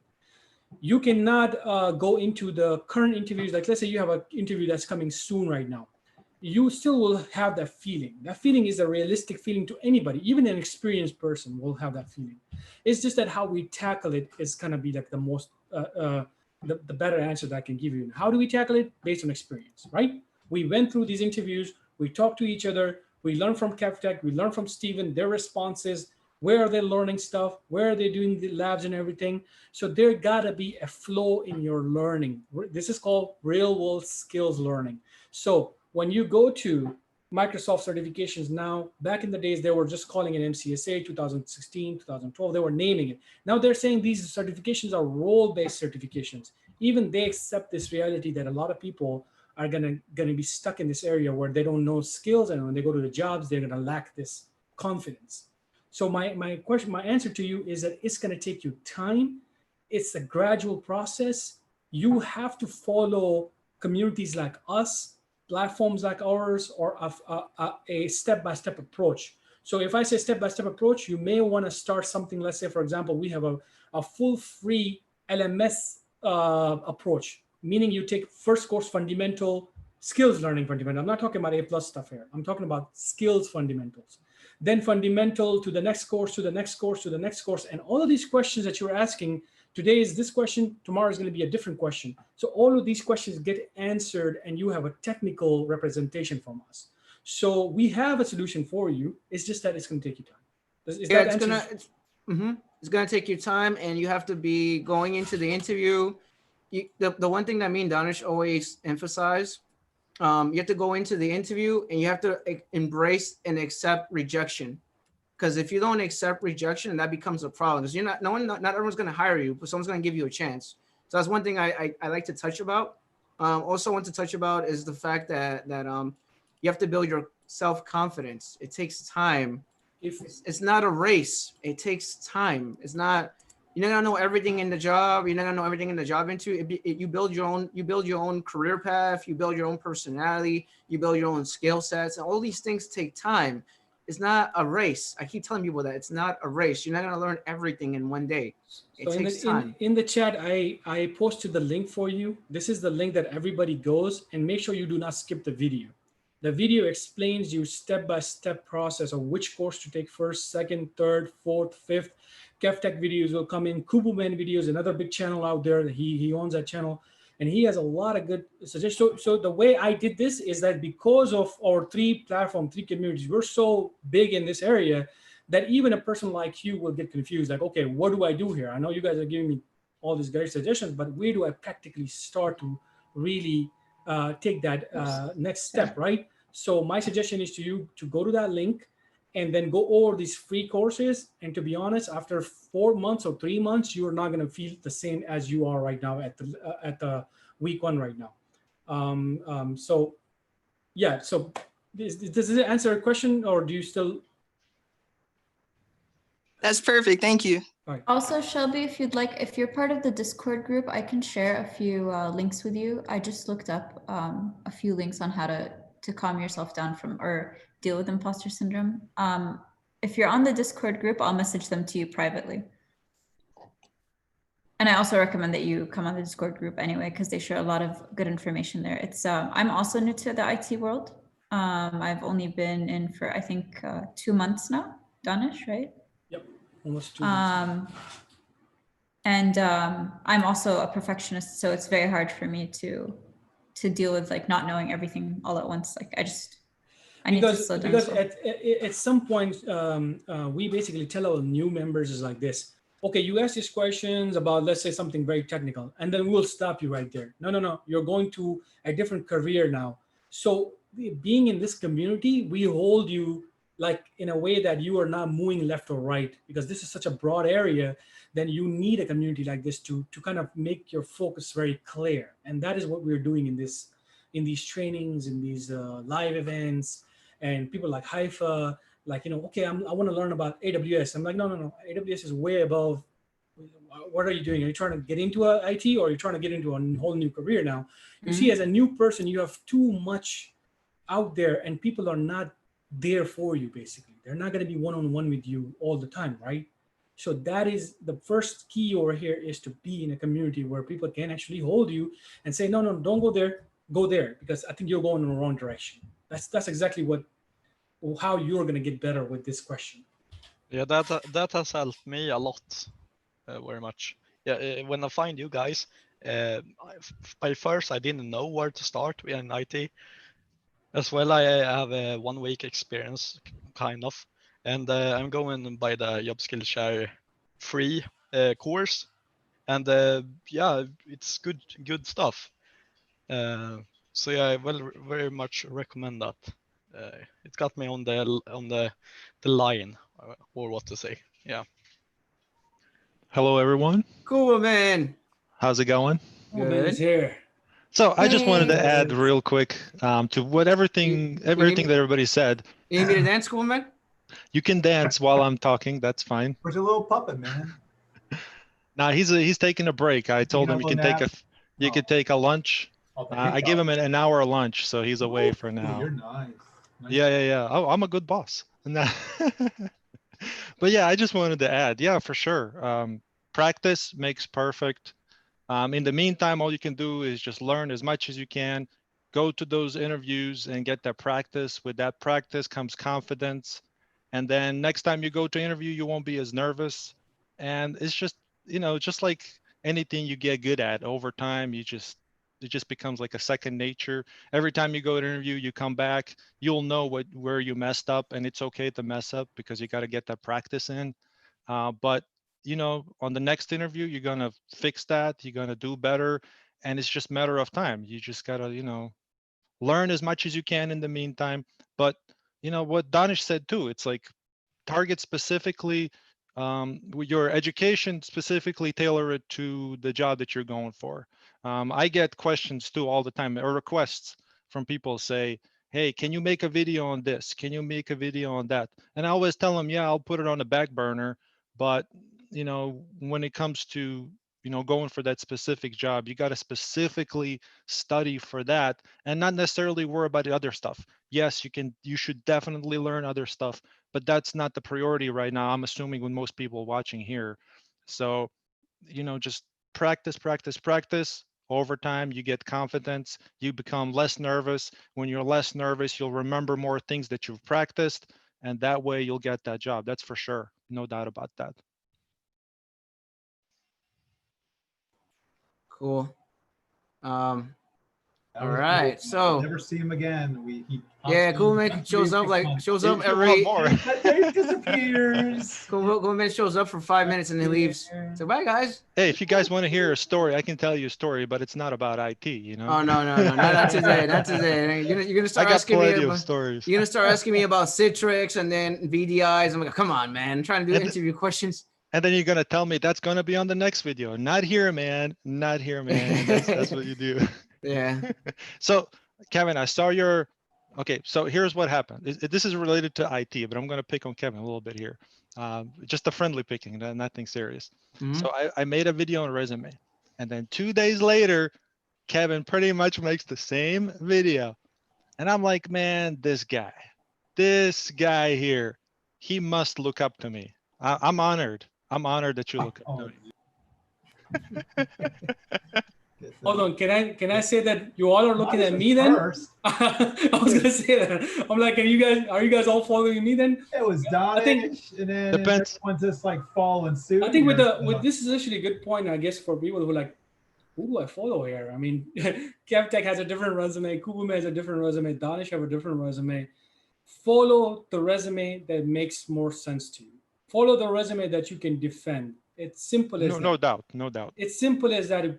All of these resumes are great resumes. The reason they're sharing it because somebody got a job for it, right? The reason we're sharing our resume as a sample that all of our members are landing jobs because of that magical resume that I call it, right? So use anything. So for example, if they say my members, they use our resume and they're not getting a good response, use Kubumen resume because switch it up. Switch it up a little bit, but test it, experiment Don't switch it after you applying for 10 positions. 10 positions is nothing in IT. Switch it when you apply to like, let's say 50 plus positions and you don't get any responses. That's a good point. Right? Because in my video, I literally took my own resume that I used, like, I don't even know how many years ago, but I had good luck with it. So I was like, you know what, I'm going to make a video based off of this resume. Although the template of it is slightly outdated, but it worked back then. There's no reason why it wouldn't work for some people now. You know what I mean? So, hey, if that doesn't work, go watch Kevin's, go watch Adanish's video, and, try, whatever works. Yeah, and back then for Kuberman, it's like years ago, but it's not. Guys, if you guys take a look at the channel right now. That wasn't even your resume, Kevin. That was like something you found on the internet, and you based off of that. No, I found it on LinkedIn, and it has 10,000 likes. It was given to me by an HR person. If you guys notice, like the other channels out there, they're kind of doing what you guys are doing, the help desk tickets. Have you noticed that? Just looking around and kind of like searching a little bit, it seems like there's a little trend going on here, like in the other YouTube channels. They all look up to me, and that's okay. Yeah, I mean, it's something's, because I see a lot of help desk questions. People are doing channels about that. The other resume things are coming up. So there is a shift a little bit away from the technical side of doing things to more of the. I think I see what you're saying. I think there are more jobs. I think it's because Coolman uses that puppet. It's a puppet, but he's not doing that today. So he's on a break. He's still got 45 minutes. Yeah, I can't call. I know you miss him.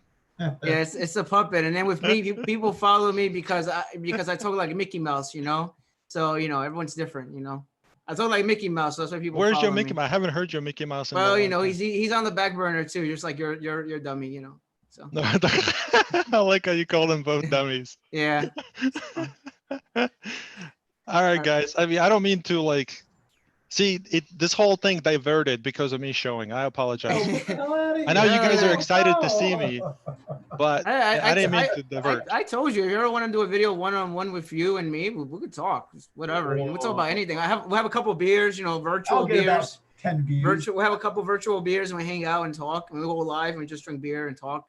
And then I answer technical questions. You answer technical questions. If I answer it wrong, I take a shot of tequila. If you answer it wrong, you take a shot of tequila. We could do that, but maybe for another video. Another video. Maybe. All the newbies are following. Maybe. And then we'll both pass out, and the Zoom meeting doesn't end until the next day, and I'm passed out, and the Zoom meeting's 24/7. And then the puppets will take over. Exactly, the puppets will take over. Exactly. That could raise some money, dude. Yeah.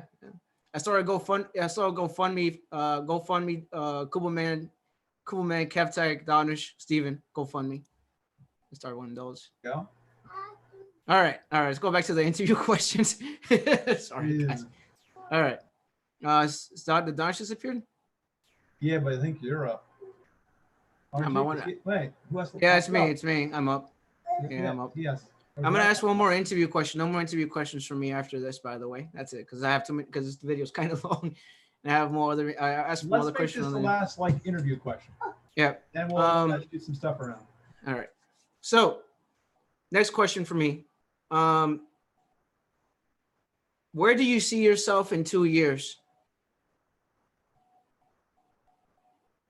That's a common question, by the way.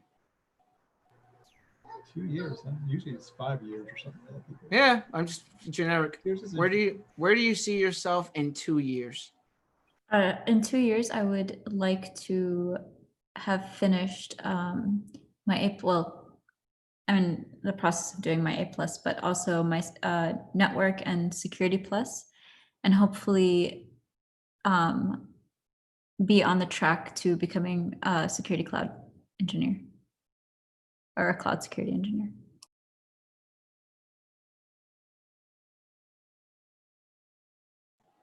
Omi?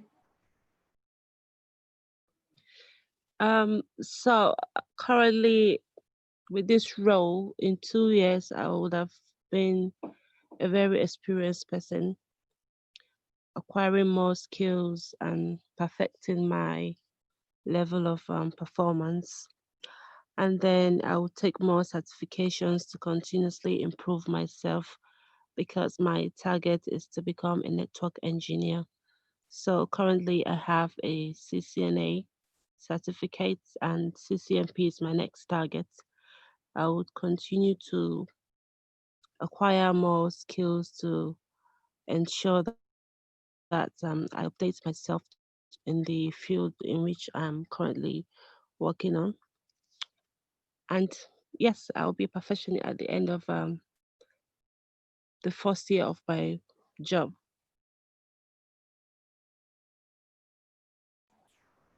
Okay. Sebastian?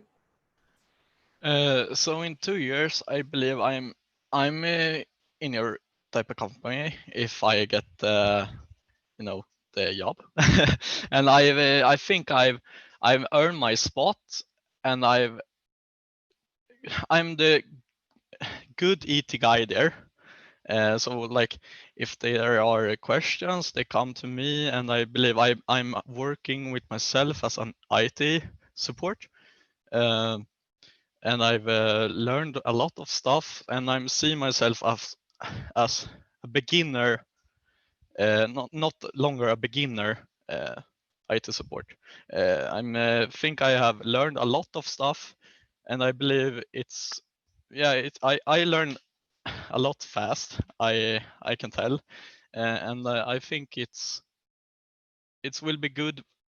I will have my spot on the company. Yeah, the IT spot, and probably I want to find my another path into like what can I say, the higher level in IT also, if I choose and can complete that. Yeah. Shelby? I see myself not having imposter syndrome for one.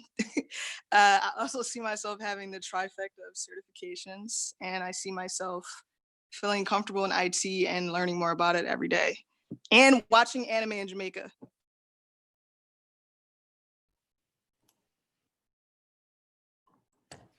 Anyone else? No one else? Just waiting to see if anyone else wants to answer that question. The question is, where do you see yourself in 2 years? It's quiet. Yeah, the answers are good. And so, like, if it was a manager, for example, my answer would be like something like that, where it's like, oh, I see myself in 2 years. Obviously, the question could be changed to 5 years or 6 years or 7 years or 8 years. Sometimes they ask those kinds of questions. And typically when you answer that question, they want to see that you're not stuck in the same position. So basically you want to grow within the company and you want to move up to a different position like server admin, network admin, or another position. They don't want you to say in 2 years, I'm going to be stuck in help desk for 2 years. You know, you don't want to hear that. You want to hear more like in 2 years, I see myself studying X, Y, and Z certification, going into sysadmin, going into network admin, something like that. That would be like a good answer for that. You wouldn't say that in 2 years, I'll be still a help desk. So but overall, good answers. Good answers. I don't know if Steven wants to add anything to that, or Coolman wants to add anything to that, or Donish wants to add anything to that. No, that sounds pretty good for 2 years. I mean, was it the last person who said he has very lofty goals going for 3 certifications in 2 years? That's pretty damn good. Mm-hmm. That's gonna be very. I heard the last answers. I got attacked by my son, so I'm just gonna. Yeah, you want to just tell him that you're going to be there. You plan to be there working for them in the next 2 years, but also try to, improve on, either yourself or trying to get a higher job or something like that. But just kind of let it be known that you plan to be working for them, whether it's in that current position or, at least like Kevin said, that you'll try to better yourself in some way, whether it's getting certificate, because, a lot of these places that will pay for your certifications too, and they'll even have, whatchamacallit, Like plans or, self-study. yeah, and they'll reimburse you for your, like, if you want to go back to college too for your degree, as long as it's relevant to that field. So if you're doing IT and you go back to college to do some kind of a healthcare stuff, they're not going to pay you. They're not going to reimburse you for that. But if you go back to study to be, I don't know, system admin or something else related to IT, chances are really good that they will reimburse you for that. So I all in all, I think those were good answers. But as long as you tell them that you plan to be working for them, and Yeah, obviously that you wanna won't you improve won't you yourself. won't say that in 2 years I'm gonna see myself in another company. Oh no. You don't say that. That's No. not the answer. Because they're like, wait a minute, you're gonna leave our company? Yeah. So all the answers are Exactly. good answers. And yeah, that's it. No, I don't think. Do you guys want to do more interview questions, or that's it for today? Steven, Danish, you wanna I mean, that's it for me. I want think we're to good. take a little break. Okay. Next Femi. batch I want to tell people is that we're going to create a technical round, which I'm going to give like access to live people, and then we can do a technical stuff. I mean, I got more questions if you guys need more questions. No, that's too long. All right. I'm good with Femi, a break on the questions. we're gonna open the floor. So anyone wants to ask us anything? Here and Can I add a good nugget for us, for all the people in here? Even I think, we'll see if Donish even might not even know this. I don't know. I found this out yesterday. All our labs and everything, we go to the TechNet, we download them, we get the 90-day trials, and we got to blow it away and then do it again once the 90 days are up. Did you guys know that you guys can re-up those 90 days or 180 days on those servers? Donish? You look I believe I did something like that, but I don't know if there's you can actually up it. Let's say it ticks down to like 2 days left, and you've been messing around with like a 90-day trial of like Windows 10 or Windows Server 2019 or 16. What you do is that you pull up the command prompt in the administrative command prompt.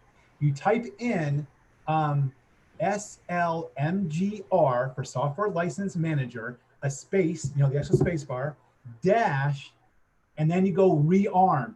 Hit enter, it'll bounce back, and then you'll get a fresh 90 days evaluation down there in the corner for that. Yeah, that's like activating a license key. Yeah. Right. It's like almost you like can do that up to 4 times. Did you guys know that? It's like SUI. You know what SUI is? I mean, I'm just saying though, but people that want to do all these labs are like, oh my God, I'm gonna lose it. You can have up to 4 times. So you can actually keep that lab up for 9 years. I mean, I'm sorry, for like 1 year. Almost. 9 years. Whoa, what the? For like, 1 year with it. So that's my nugget of the day. In 9 years, I'll be like, cool, man, with no hair.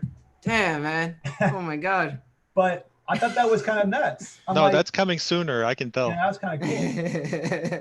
But that's my nugget. Femi? That's good. It's good to know for people who are using the VirtualBox self-paced lab. The reason we don't do it because when we give a vSphere access to people, that server access is only for 30 days. So it doesn't hit that number and they get a re-imaged server. So we never get to that point, Stephen, that we have to do this. But for personal labs on the YouTube.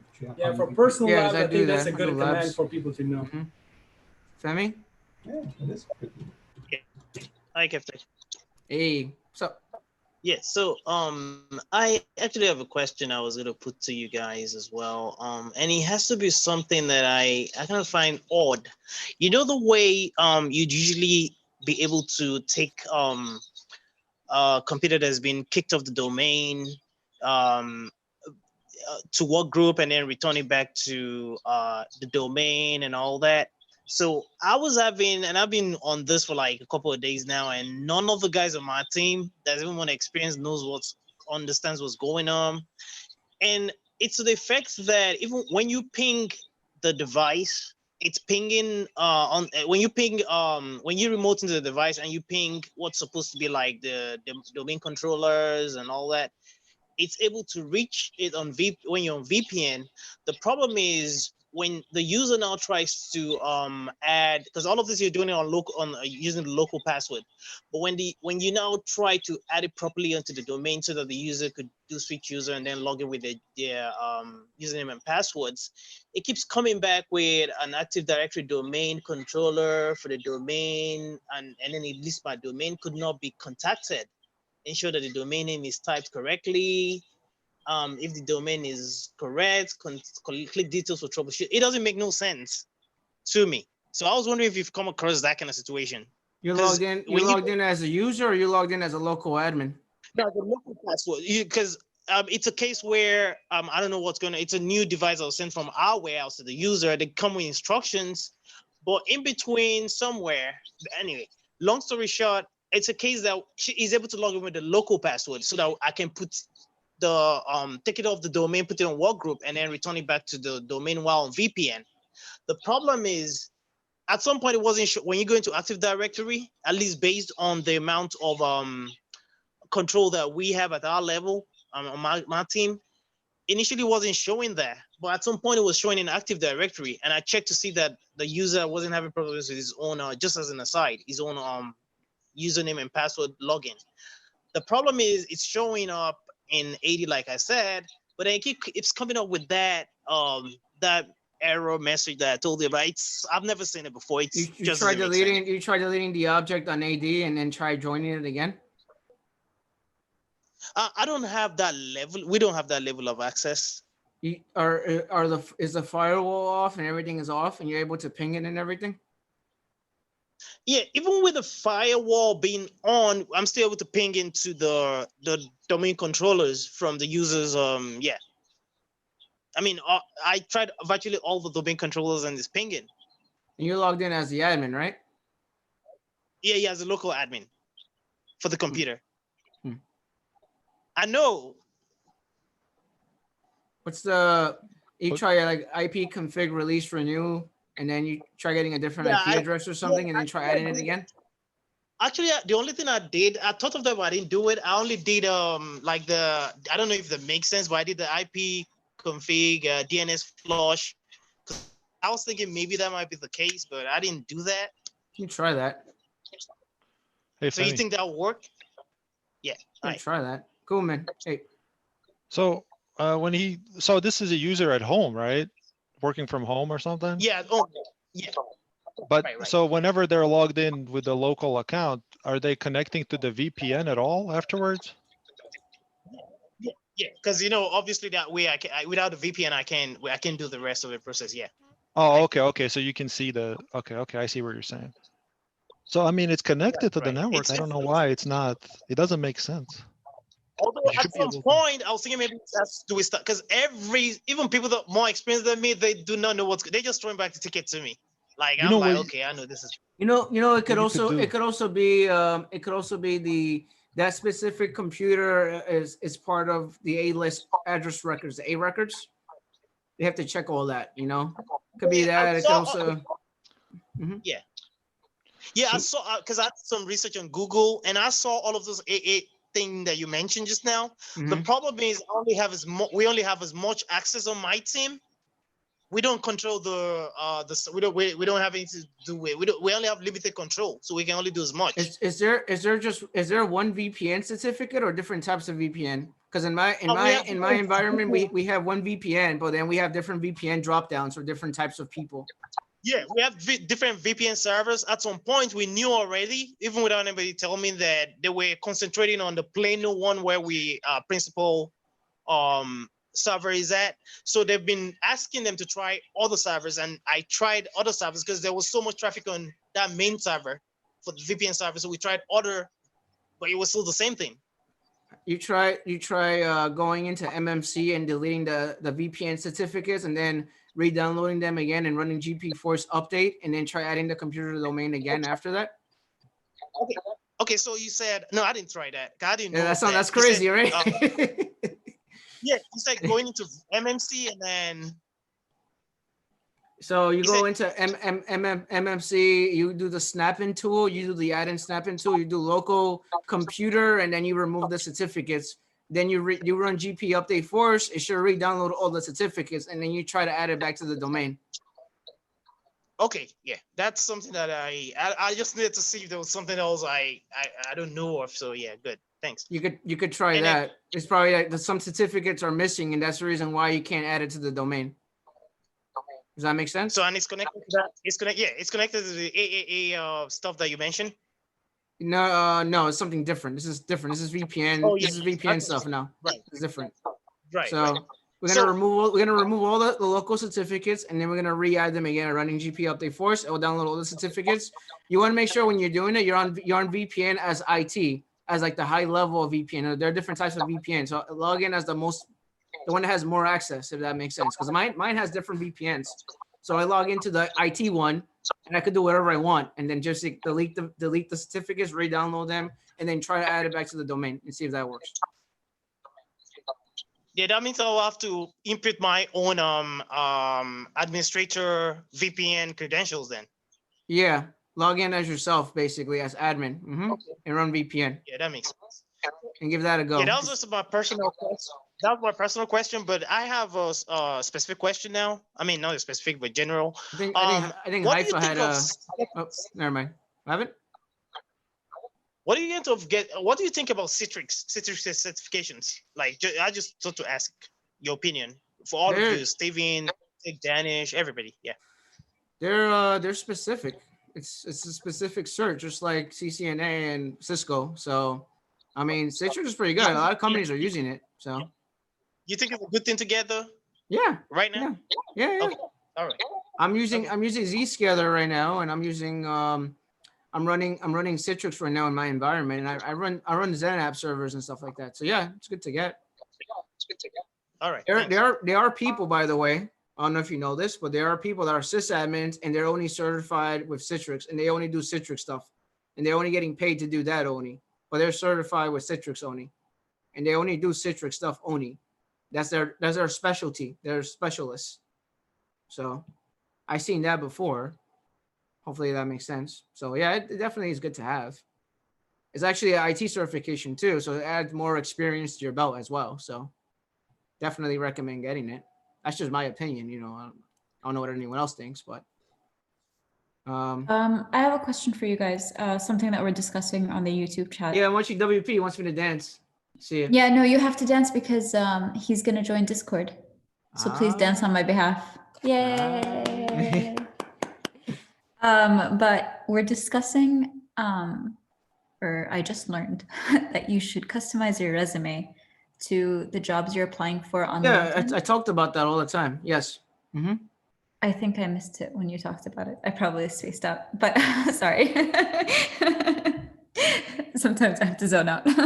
But so yeah, we're talking about that. And could you explain how to do that? Or do you have a video on it that we can reference? Or like I think the question, like Nudie was Nudie had a question, the most recent question, and it was I can't imagine having multiple resumes up on LinkedIn. That would be suspicious to potential employers. No, I don't think it's multiple resumes, right? But you're right before you send it, you like adjust, like I don't know. That's exactly it. When you go on tailor LinkedIn to that job and just send it to the person, to the when you go on LinkedIn, and I'm gonna make a video on this, so don't worry about it. So when we go on LinkedIn, there's an upload section. In that upload section, you click on it. It tells you, do you want to keep this resume as your default resume on the your LinkedIn profile? You could put yes or no, and then you put no, and it'll send that specific resume you created to that one person that's hiring. Does that make sense? No. What? So basically, you upload the resume on their website or that specific company. You're not making a bunch of resumes. So they get a special one. So yes. When they refer back to your LinkedIn, they're not seeing what Kevtech would be seeing. Yeah. So you have your own generic resume you have uploaded on your profile, but then when you go to apply for a job on LinkedIn, it's gonna ask you if you want to upload a resume, and then you could just pick another resume and upload it there. So Okay, because yeah, I think the jobs that I was looking the ones that I applied to were literally just click here to apply for this job. And that's what I did. I don't know if I got any options to apply a different resume, or maybe I just didn't I didn't see it. I'll look into it more. Yeah, I see what you're saying. I guess people using the option to just use their LinkedIn profile as the resume. Literally, look, yeah, look, like look, I look, look. saw a Look at- job. Look at Rather this. than Look at this. Show you right now. Look. Look at Rather my than- look at my screen right now, right? I can't get a word in. Right here. Include this resume. Hit the X button. I have 3 See- different resumes. You could just pick a new one, make a new one, and then put it in there and then submit the application. I That's didn't it. get that. I didn't get those options, No. Kev. I I have- just I got have that. literally the click here. Yeah, so you basically hit the drop down and then you basically hit the drop down, you pick a specific resume you want to upload and then just put it in there. That's what I have as an option. But also depends on the website too, and it depends on the job that you're applying for. Not all the jobs have that option. Okay, so I think Nudi is still confused because he's saying, so what if you're applying for multiple positions? Which one do they see when you apply which for one do you see multiple when they visit your page? And then so if you upload a resume for a job that's different than the one that is your main page, isn't that suspicious? From what I understand, they're not going to see the one on your main page. They're going to see the one that you sent them. Correct? Yeah, this is what he says. What if your employer goes to your page to see a different resume? Easy Apply can apply with your LinkedIn profile and your resume if the company requires your resume to be attached. Look, WP just answered it. He just answered the question. You see that? You see his answer? He just answered it. Yeah, I did. And then someone, D-Train said, I wouldn't do that. Just put buzzwords in, but things that have been implemented. Take the concept of your lab. Some people don't have resumes. That makes sense. Some people How do you don't apply have for a job resumes. if you don't have a resume? No, but some people don't have resumes on LinkedIn. Like they don't actually put anything on LinkedIn, and they just upload their resume on the website. They don't have anything on LinkedIn. Depends how you have it set up. Oh, R. Kelly was also saying to look at, sorry, I lost it. Yeah, it says even So WP yeah, so said it. to look at the job description and tailor it to it. These are all really good advice. Especially, I mean, if you guys are on here because you're trying to get a job, I think this is a great. Yeah, so the WP Refer to the YouTube chat. Yeah. Remove your resume from the feature section of your LinkedIn profile. He's yep. You don't need to create a new resume for each job. If they're all jobs are similar if you're applying for desktop support, so you could tailor it to whatever you want it to be. Okay, yeah, question. So let's say I'm applying on Indeed, and they ask for my LinkedIn resume, right? Or no, sorry, not my LinkedIn resume, my LinkedIn link, like the profile link. But you uploaded you tailored your resume for that job specifically. So they're going to see the one that you uploaded, and then they're going to go look at your LinkedIn profile, right? So those are 2 separate documents. Yeah, they're gonna go to so there's the LinkedIn profile, which has all your professional experience, depending what you put in there, and then your resume are they're 2 separate things. It's not the same thing. It's different. Okay. Yep. And it's okay for them to see like a bit of a difference because your experience is still the same. The only thing that you're tailoring really is the beginning, like the description, right? Yeah, exactly. Yeah, WP just answered it. We are customizing the resume, not creating it. If you want to call back, then you must tailor your resume to that job. Okay. Yeah, that makes sense. Yep. Okay, I get it. So even if you upload your resume, like a tailored resume through a different website, and then you link your LinkedIn profile, it's okay. It's not suspicious. Yeah. I'm gonna make a video on it at some point. Not now, obviously. All right, that makes a lot of sense. You guys are awesome, and everyone in the chat is helping too. Yeah, I'm looking on. Was it not? What was not? Note. I think it's Nudie, but I'm not sure. That's how I would say it. So someone said it's your business and professional profile. It is how you're presenting yourself on LinkedIn. It's your profile. It tells a story about you, blah, blah, blah. Your resume are two different. Yeah, it's two different things. Resume and the LinkedIn profile are two different things. It's not the same thing. So, but I have to make a video on that and how to use LinkedIn platform and stuff like that. Definitely got to make a video on that. Femi, you want to say anything? Steven? Do you use LinkedIn, Steven? Yes, nodding your head. Yeah, yes, I do. As I was actually on it right now, taking a look at things. Femi? Yes. Oh, it's Newt the Third. There you go.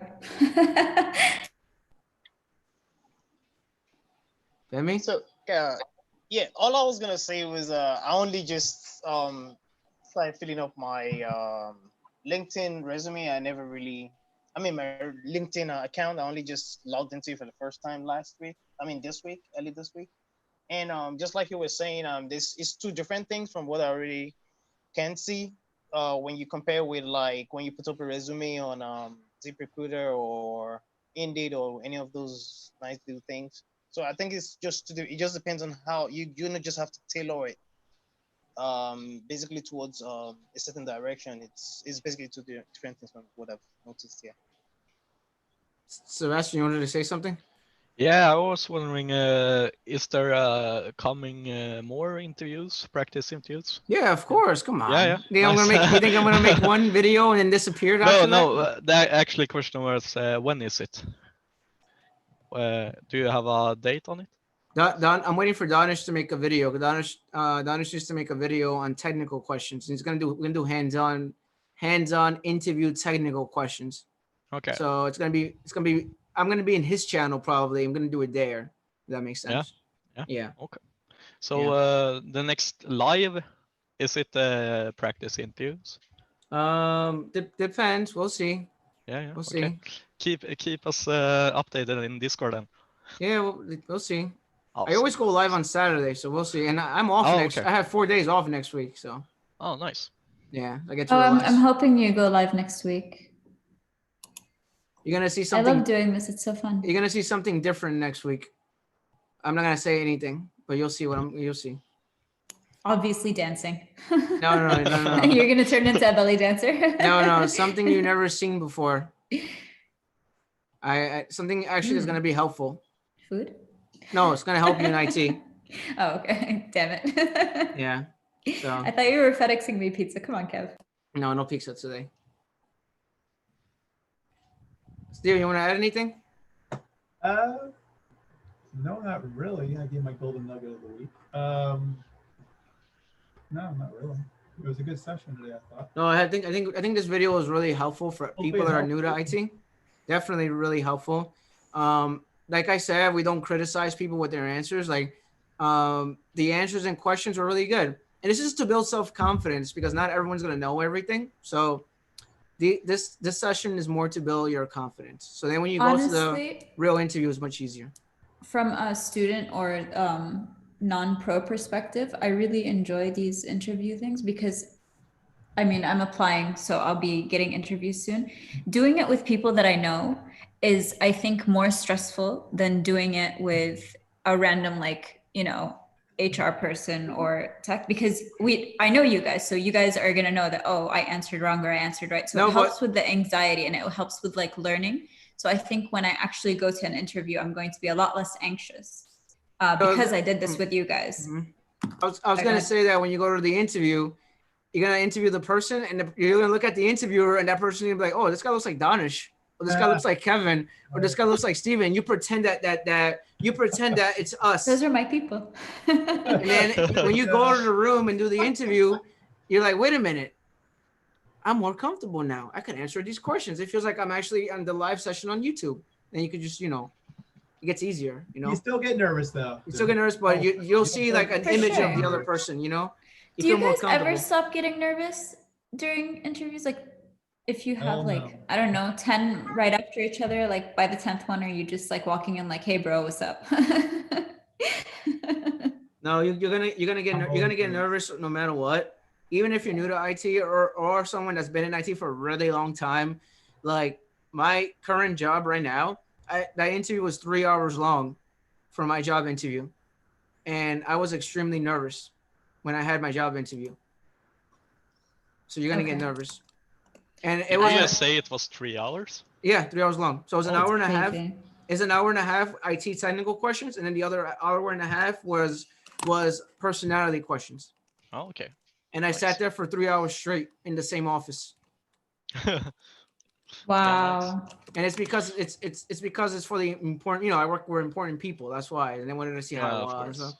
And then the guy, this is my current job. The guy grabbed the laptop and he had a laptop with the domain controller open, Active Directory open, like the actual Active Directory open, their company Active Directory open, and he gave it to me. And he said, I need you to create an account for me right now.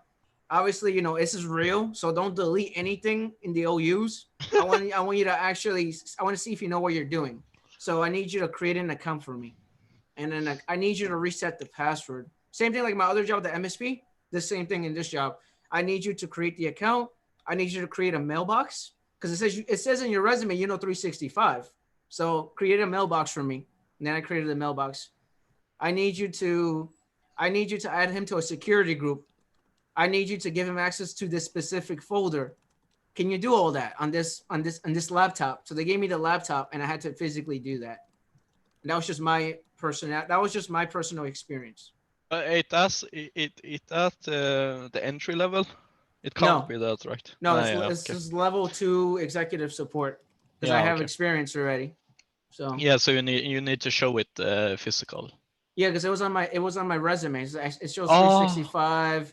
It shows Active Directory. You know, you gotta know these things. If you have it on your resume, they're gonna ask you about it. So they had me use a laptop, and I had to actually do it.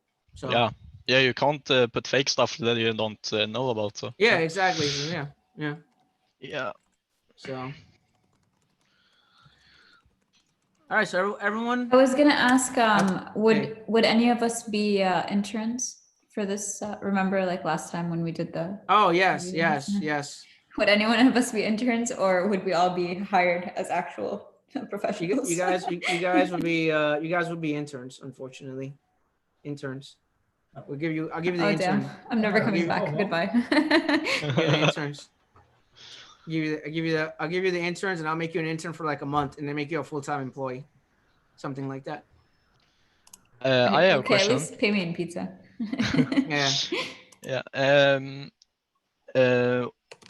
Is it possible to work with IT like you guys do in 50%, not full-time work? You want like a part-time job? Is that what yeah. No, if I am is not you know, able to work in full-time, is it possible to work in like 50% half-time in IT in some cases? Depends on the job. There's some jobs that you're not desktop support. That would be like IT project manager or something like that. You would be doing like 50% IT and then 50% project manager, and you would be managing infrastructure and stuff like that and doing paperwork.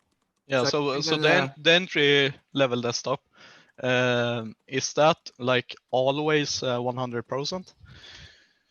It's like, I say, like, I don't know, Steven wants to quote me on this. I'd say maybe like 80% or 70% IT and then 30% documentation. Yeah. When it comes to like help desk, it's like a lot of you do documentation and you do a lot of writing and documentation. Yeah, of course. But it's technical too. So it's like probably like 70% technical and like 30% documentation maybe just about the tickets. Yeah, because you have to do documentation. You have to work with different vendors. You have to work on side projects that they give you. You also got to take care of like little things, like little miscellaneous things, like ordering IT equipment. Setting people up, setting new hires, setting up their equipment, getting their equipment up to date. You know, it's just like little miscellaneous things. But it's technical and documentation. You're always going to be closing a ticket, emailing someone, writing something down. There's always something to do with writing. Yeah. Okay. There's no math. There's no math. So don't No, worry no, about no. math. Like how many hours a day do you work? Is it like yeah, full time? On how many hours is it? Is it like 8 hours? Depends on the company. Okay. I mean, as far as working, or just like sitting around Working, doing nothing, waiting Hey, for tickets. Kevs. Yeah, no, working. Is there a time that you don't have nothing to do, but obviously it is you are waiting on a ticket There's if you have always already. times Yeah. before where you're sitting around going, yeah, everything's working good. Okay, I'm just gonna sit here and pretty much do nothing. Maybe check Yeah. out the YouTube channel. Yeah, okay. YouTube stuff. You can do whatever you want. I mean, as long as the network's up and running, everybody's happy. If you get no tickets in, Then you I do would say the nothing. time is yours. YouTube. Stick around, try to look at things, maybe clean up a little bit, do some oddball stuff, and then go, oh, any tickets come in? Oh, yeah, ticket come in. I guess I should work on this one. But a lot of the time is waiting. We spend a lot of time waiting in IT. I thought you were asking more about the schedule, like the schedule. Yeah, Be the schedule both actually. The schedule of the working time and the nothing to do time. It's hard. It's hard. It's hard to answer that question because you don't know what company you're working for, and you don't know if the company you don't know if the company's infrastructure is stable where the stuff is breaking all the time. So you're actually spending the whole day fixing stuff versus a company that the infrastructure is stable and you're only spending 2-3 hours fixing stuff, and you can do other things outside of that. You know, I think too, you're going to have days where you're going to be going from the time you get in, from the time you get out. And then there are days you're going to go in and like, there's nothing to do. Yeah. And so what do? You just sit around, you talk like to your buddy, hey, what's, how's it going? Blah, blah, blah. Then you start to think of stuff to do. Yeah. Maybe cleaning the cables or stuff. And then when you start doing that, that's when you start to get slammed. Yeah. See, like, oh, I'll do this little project. All of a sudden, boom, boom, boom, boom, boom, like 5 tickets come in. Like, okay, well, I gotta drop off all that. That looks a mess. I'll come back to that later. So a lot of time is waiting. So guys, you're gonna wait a lot in IT. That's just the way it is. You'll be sitting around on your butt a lot. Get up out of that chair, walk around the building, walk around, do something, because the chair will kill you after a certain time. The chair isn't new smoking. So you want to get up and move your body every once in a while, or you're just going to go stir crazy, especially if you're a desktop support guy, level 2, which you have a chance to get up and move around. Level 1, help desk, you might be tied to a chair, and that's it. Phones and everything else. So you, at least level 2, you have a little more flexibility of getting up, getting away, maybe walk away, go hide somewhere and come on back. There's a lot of little things you can do as far as when you learn what you can do and can't do on the days. But then some days you'll be running from punch in to punch out. And then some days you may work in the morning, and then the afternoons will be like dead. Be like, oh my God, is it 5 o'clock yet or 4 o'clock? Let's go, but that's just the way IT is. And you'll have those ebb and flows. Yeah, so every day is different. Yes, it is, which makes it fun. Of course, yeah. Which makes it fun. Yeah, absolutely. And the days also go. Yeah, you're not doing the same thing over and over again. No, that's what I'm into. Kind of much into IT. Right. So. Yeah, and it depends on the company too, because some, like, you have your companies are a typical 8 to 5, like me, I work 8 to 5, and then some other companies you work long hours, like it could be like 10, 20 hours, whatever, I don't know, but it depends on that's why like someone was a not whatever, someone not whatever, he's like what do you say depends on the company? No, because every company is different. You want to quote me on that? And I start to get quoted on something, and then like Kevin said this, no, it's not true. Every company is different. So depends on the company.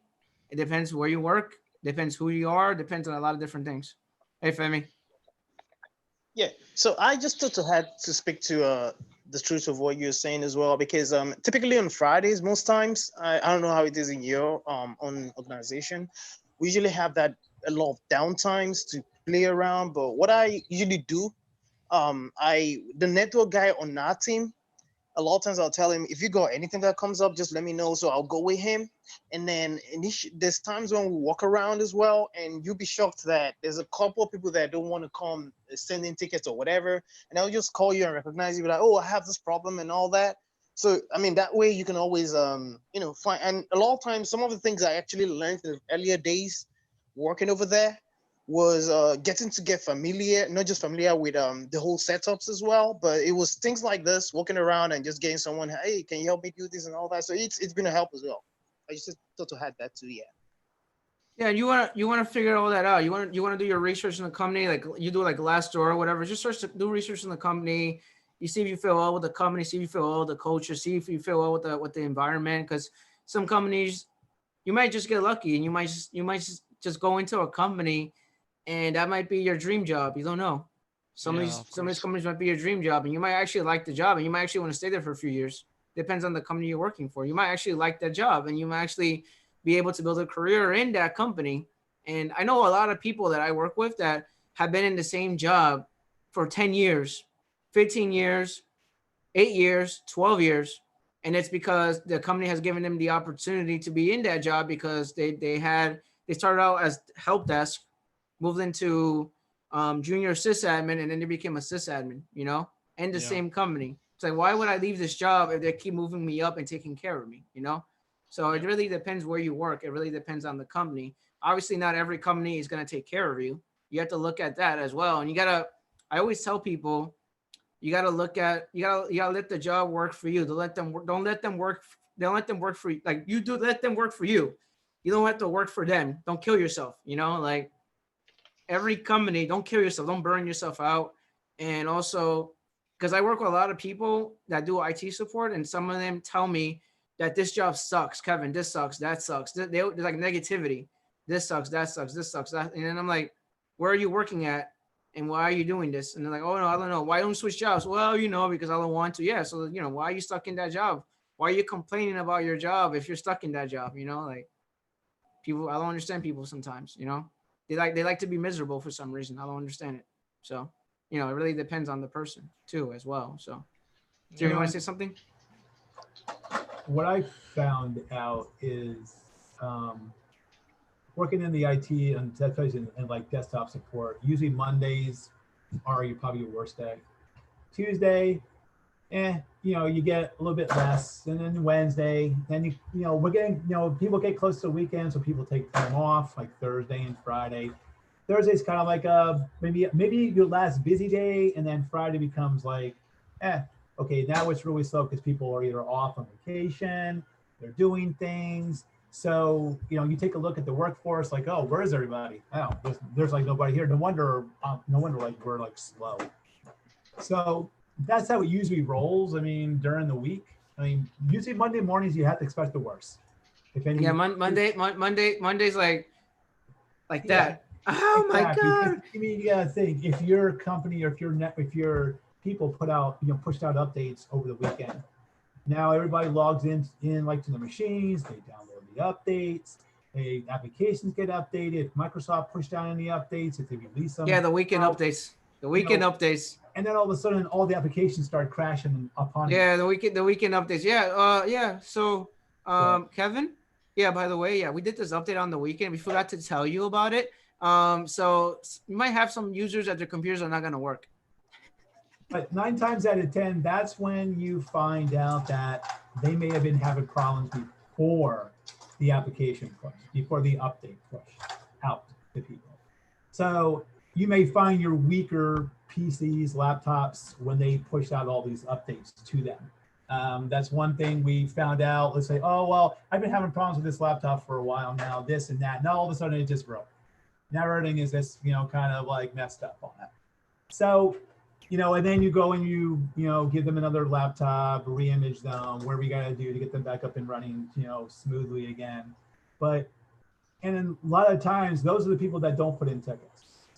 They don't give help desk a call because they just deal with the broken PC or laptop until something finally breaks down and collapses everything. Yeah, it finally breaks down. That happens. That's all that stuff happens, guys. And you will see that. And when you first see it, you'll go, well, why didn't you put a ticket in beforehand? Because they don't want to. They just, I don't care if that doesn't work. I don't care if that application doesn't work. I don't care if this works. But all of a sudden, when they need it and it doesn't work, then it's the biggest thing in the world. And you got to play Mr. Hero. So, fun. Or you got to be Dr. Phil. for IT. Like me, I'm Dr. Phil for IT. I get called about it, and they're like, Kevin, can you can you take care of this user for me? He's stressed out. Can you do that? You know, and I'm like, come on, Kevin, you know, do your magic on him and take You care gotta of him. remember, these are the things which you will not learn in the old textbooks, in the online readings. These are stuff which you will not learn. This is the real side of IT, which you won't get in this nice little book that tells you, oh, what's the HCP? Yeah, they won't tell you what the real kind of like stuff is, but that's how it goes. I mean, and that's what you gotta be prepared for too.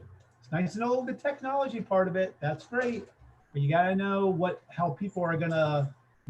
When like you walk in, you'll know your troublemakers. You'll know the people that are on top of it. You'll know the people that just don't give a hoot about anything. You will learn those users, and then some users you just got a baby. You will have to just hold them by the hand with every little step. You'll know your users that are just, I can do anything, I can fix anything because I fix everything at home. Yeah. And all of a sudden, something doesn't work. And then they try to fix it themselves and they blow up their darn machine. You have those users too, which I just love. Yeah, you do have that. It's like this is not your home network. This is a work network. This is an enterprise network, and it's getting very dark in here. But you know that stuff there, it's a big thing too. So you guys will find that out too. That's why it's very good to know your user base. You know user base, and I have a video on that, by the way. And also build your relationship with the client. I have a video on that too. So just build your relationship with the client. You want to keep a good relationship with all the employees in the office and stuff like that.